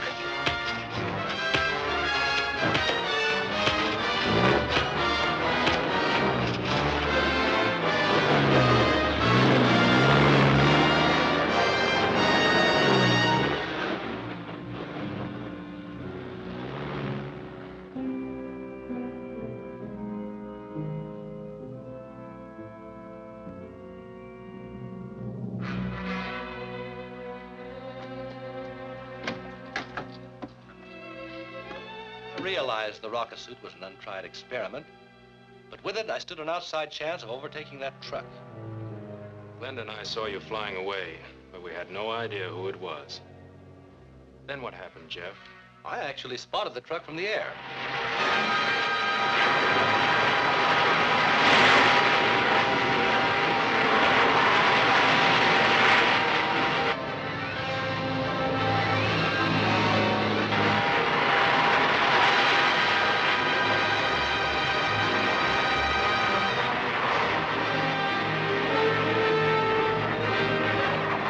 What's that?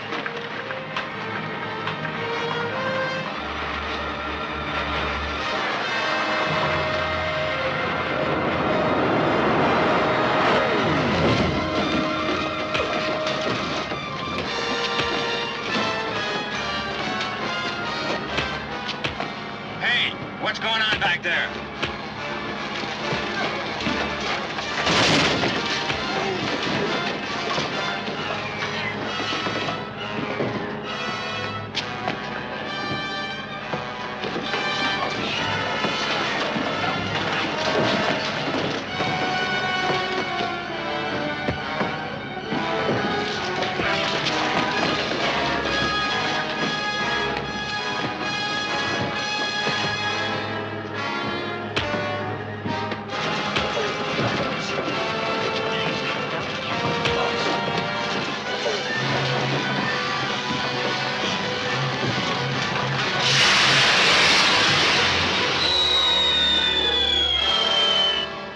torpedo lands in any populated area, you'll be guilty of mass murder.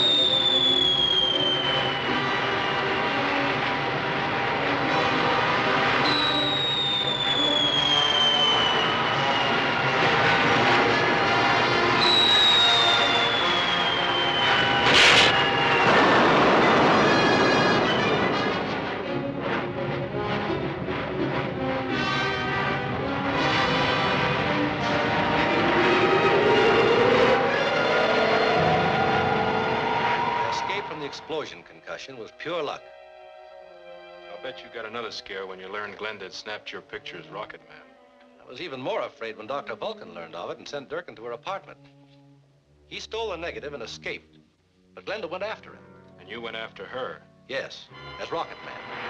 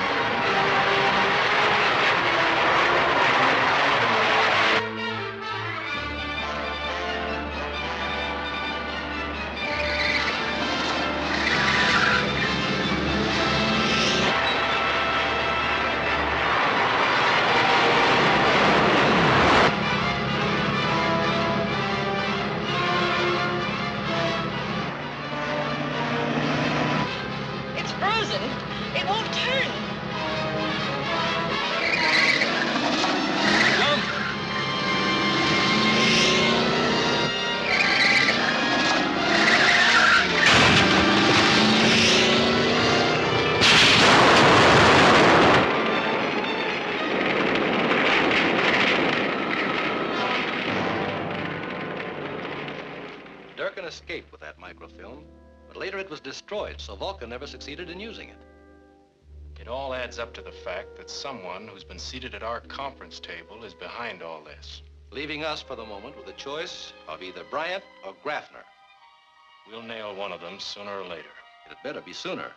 With that decimator in Dr. Vulcan's hands, his power for evil is unlimited.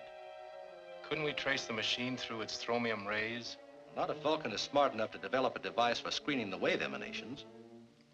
Looks like we're licked. It only looks like it. I'm conducting an investigation that should tell us very shortly which of the two men is Dr. Vulcan.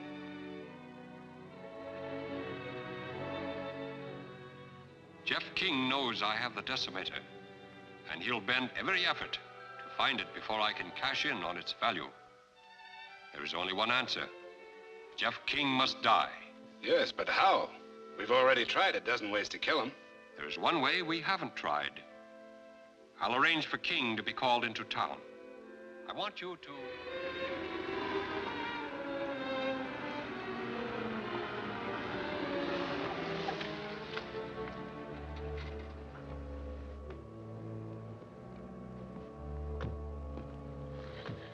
Hello, Jeff. Hello, Glenda. Where are you going? Into town to meet Professor Moore. He phoned that he wanted to see me on a matter of vital importance. You're not going to town with that. No, I guess not. Never mind, we'll run you into town in my car. Oh, thanks anyway, but I'll take this cab. Taxi? Bye.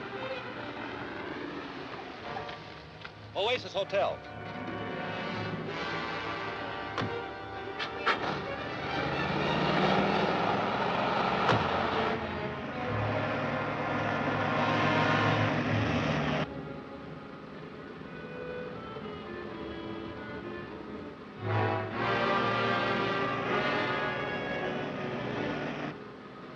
Don't waste your time, King.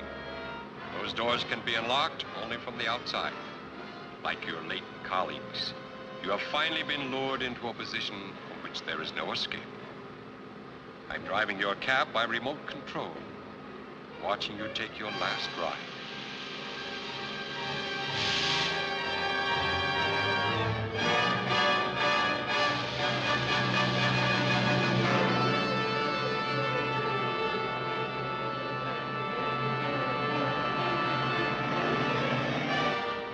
Even Rocket Man cannot help you now.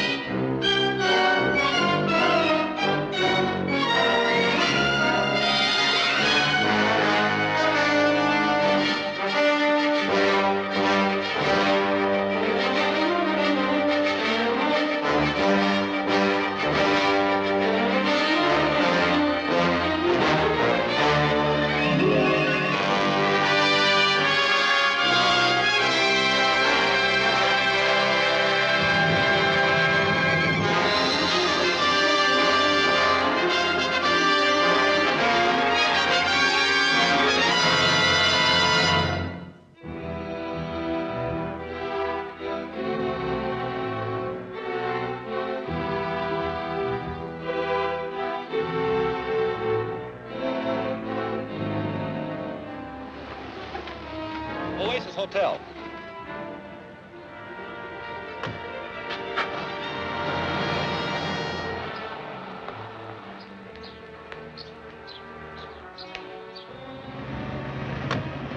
Come on.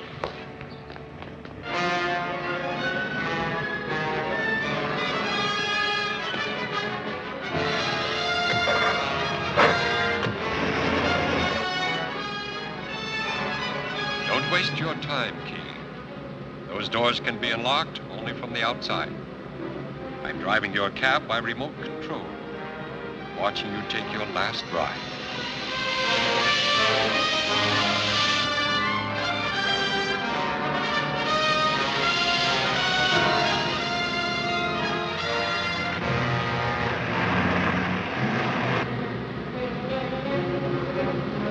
Drive alongside as close as you can.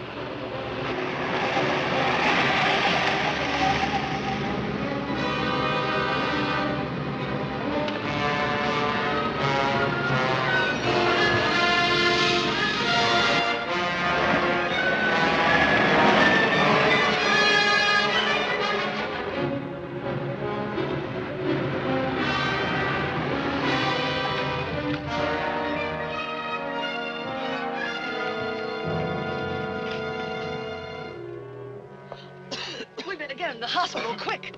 No, that won't be necessary. I'll be all right in a minute. It's powerful stuff. It's a lucky thing Glenda saw that driver scoot out while the cab was still underway. Yes. Or the Vulcan would have added one more to his list of victims. Quite a contraption. Gas chamber on wheels. Oh, yes. Our opposition, no doubt, is quite cunning. I have an idea this time he may have overplayed his hand. How so? Clues, Bert. Clues. Are you sure that gas didn't affect you? Not at all. I've got a hunch it may have a disastrous effect on Dr. Vulcan. In what way? Fortunately for us, Dr. Vulcan was very obvious. The first whiff I got of that gas, I knew it was fumanol. Fumanol? Why, I thought that was used as a rocket fuel. Yes, it is. But in its vaporized form, it's a deadly gas. Well, where does that lead us? Right back to the lab, where we can find out from what manufacturer that chemical was ordered, and then we'll pay them a visit. That guy has more lives than 9 cats. Worse than that, he has the clue to my identity. You mean just because he knows what kind of gas it was? I made the mistake of putting through a personal order for the chemical used in the cab. Then you think he can trace that chemical to where it was manufactured? I've no doubt about it. And even though it is on the other side of town, you may still get there ahead of him and destroy the purchase record of Fumanol. Don't worry, he won't get anything that'll hurt us. Where is the place? It's the Hunter Chemical Company at 8th and Hill Streets. Okay. I've got it, Jeff. That's it, all right. Hunter Chemical Company, 8th and Hill.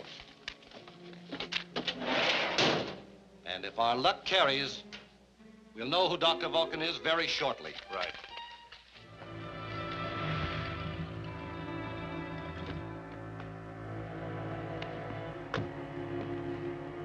We won't be very long. All right.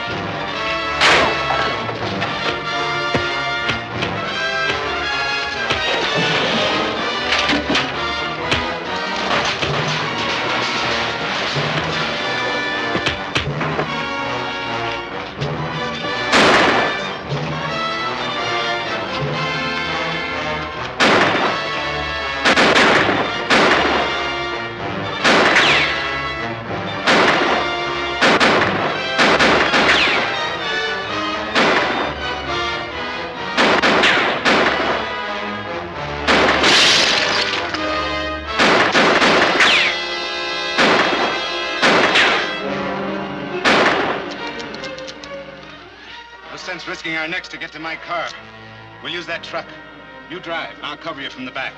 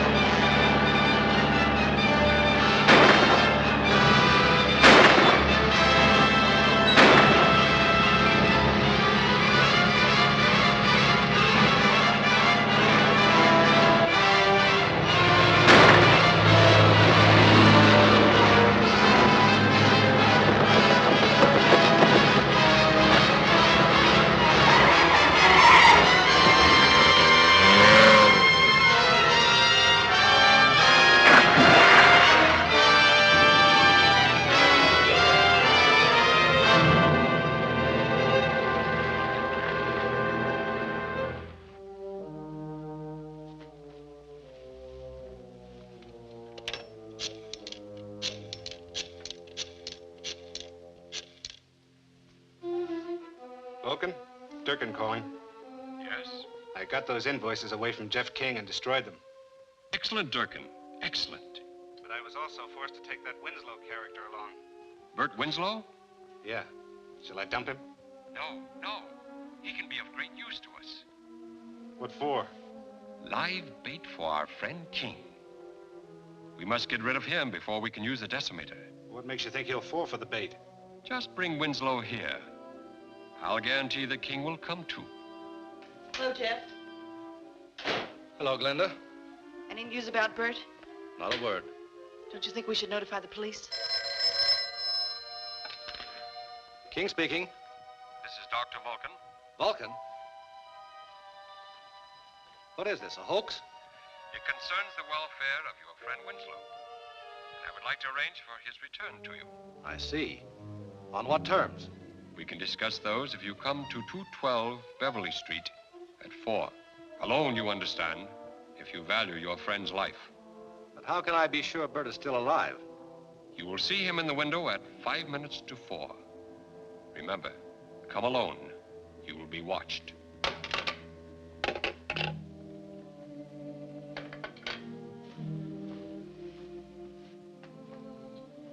Bert's life, for whatever fantastic demand Vulcan can think up. How can you trust him to stick to any deal? He'd just as soon kill both of you. I don't trust him. The only thing I can do is try to outsmart him. How? By getting there ahead of the time set for the appointment. Be careful. I will.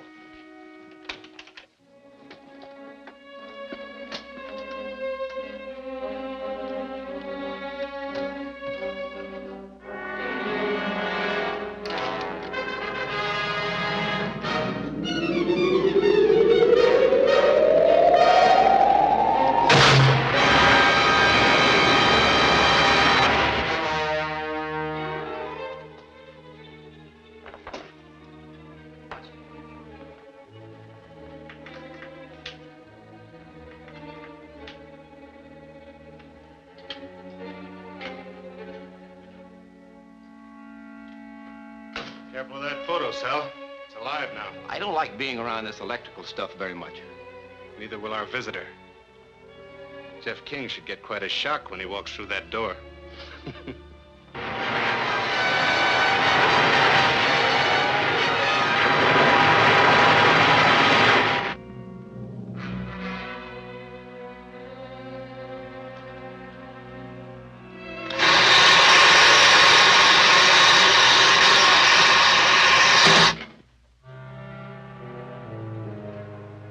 Guess it works. You can call Dr. Vulcan now.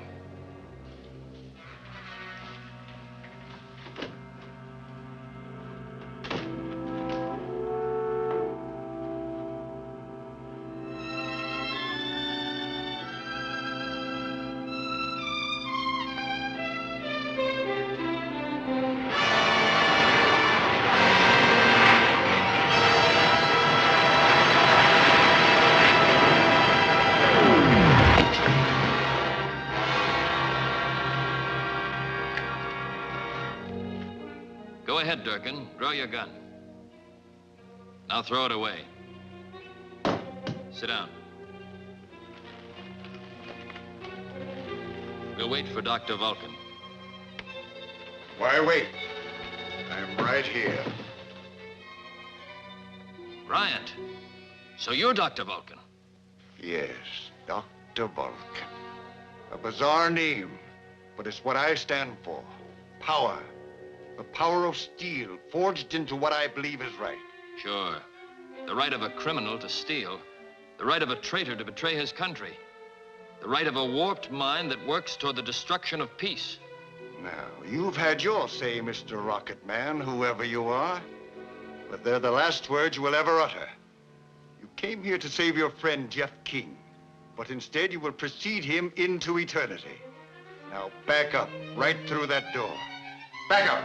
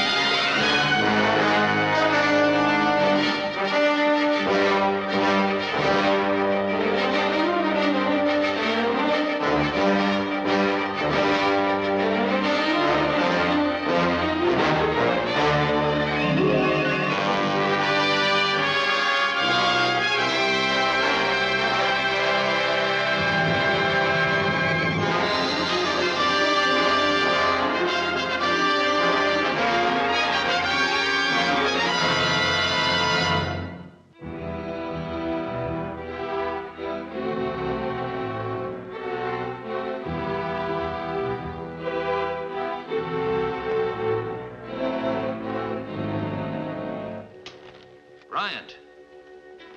So you're Dr. Vulcan. Yes, Dr. Vulcan. A bizarre name, but it's what I stand for. Power. The power of steel forged into what I believe is right. The right of a warped mind that works toward the destruction of peace.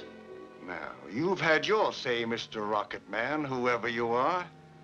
But they're the last words you will ever utter. You came here to save your friend, Jeff King. But instead, you will precede him into eternity. Now, back up, right through that door. Back up!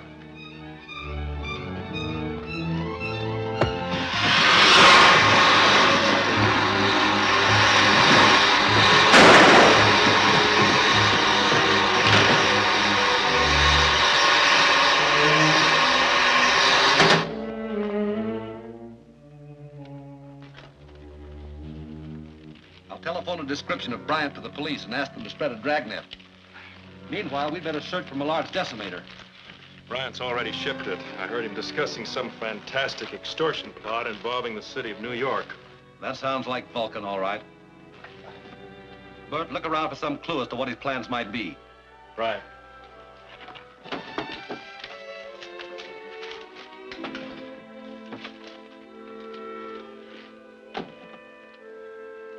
I'm afraid we're too late.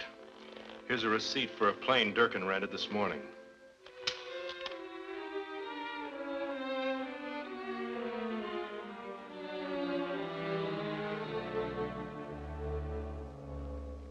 All right. Thank you, Captain.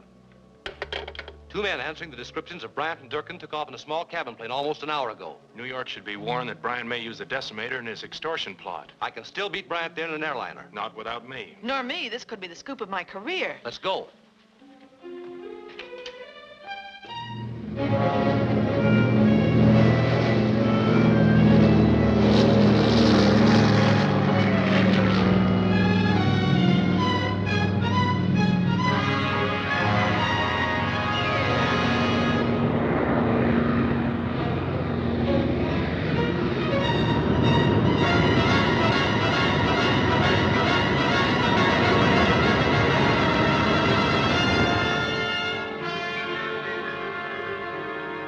I have actually seen the sonic decimator begin to turn a mountain of stone into a sea of molten lava.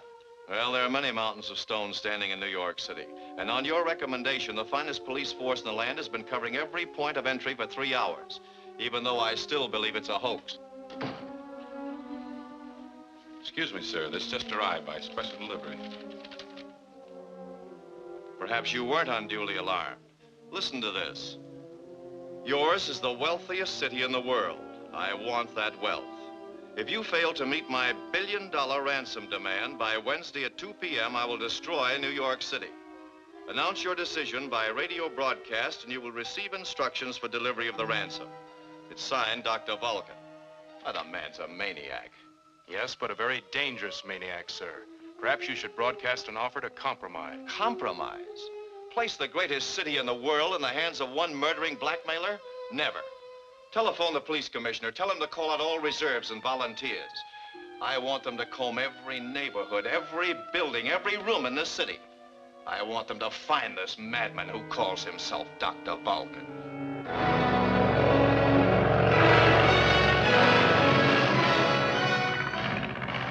Jeff King probably has every cop in the country looking for us by now. They won't find us on Fisherman's Island. Just where is this Fisherman's Island? Oh, about 300 miles off New York Harbor.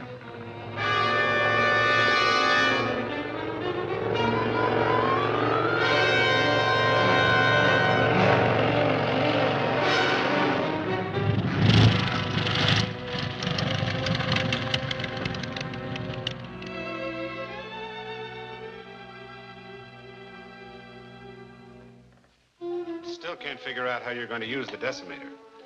You say it only has a range of 200 miles? Yes. Well, New York is 300 miles away. Come, Durkin. Look at this chart. There on the ocean floor, midway between here and New York Harbor, lies the great Amsterdam Fault, a volcanic fissure opening into the subterranean fires miles below the city of New York. Now, erosion has sealed up this vent, but the decimator when trained upon it, will smash through and bring about the worst earthquake and tidal wave in the history of America. Unless my ransom demands are met by 2 o'clock today. Nearly half the city covered, not a single lead to Dr. Vulcan or the decimator. And it's almost 2 o'clock. My detector hasn't picked up any thromium impulses. If the decimator is beyond its range of 250 miles, I don't think Bryant can inflict any serious damage. Well, I certainly hope you're right. It's 2 o'clock. The time is up.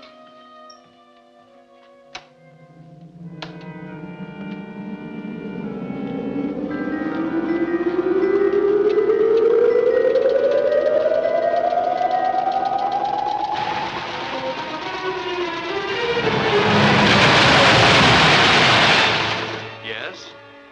What? The Naval Observatory? Stand by for orders. The Naval Observatory is reporting sudden giant waves moving in on the harbor from approximately 300 miles southeast of here. Why, they'd no warning whatsoever. Do you think Millard's decimator could cause a thing like... What was that? It felt like an earth tremor. Let's have a look at the chart.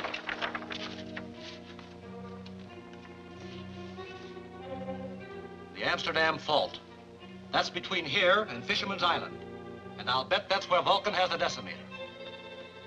I advise you to order the evacuation of the city immediately and tell them to begin with the harbor district. All citizens, attention. New York City must be evacuated at once. Proceed in an orderly manner toward the Westchester Hills. All members of the police and fire departments on leave or off duty will report immediately to their precinct and company commands. This is urgent. What's the delay? Why don't they put me on the air? They're trying to clear a channel for you. Some of the relays have been disrupted. They've got to put me through. This appeal to Dr. Vulcan may be our last chance to save the city. The rocket suit's downstairs in my car. I'm going to fly to Fisherman's Island. And if Bryant is there, I'll try a little personal persuasion. It might work, Jeff. Nothing else will.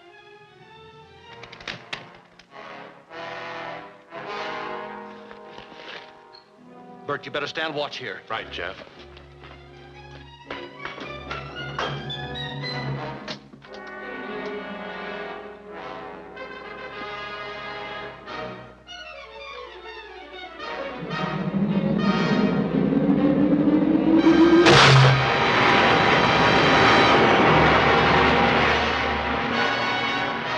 Stand by. You're on in 10 seconds.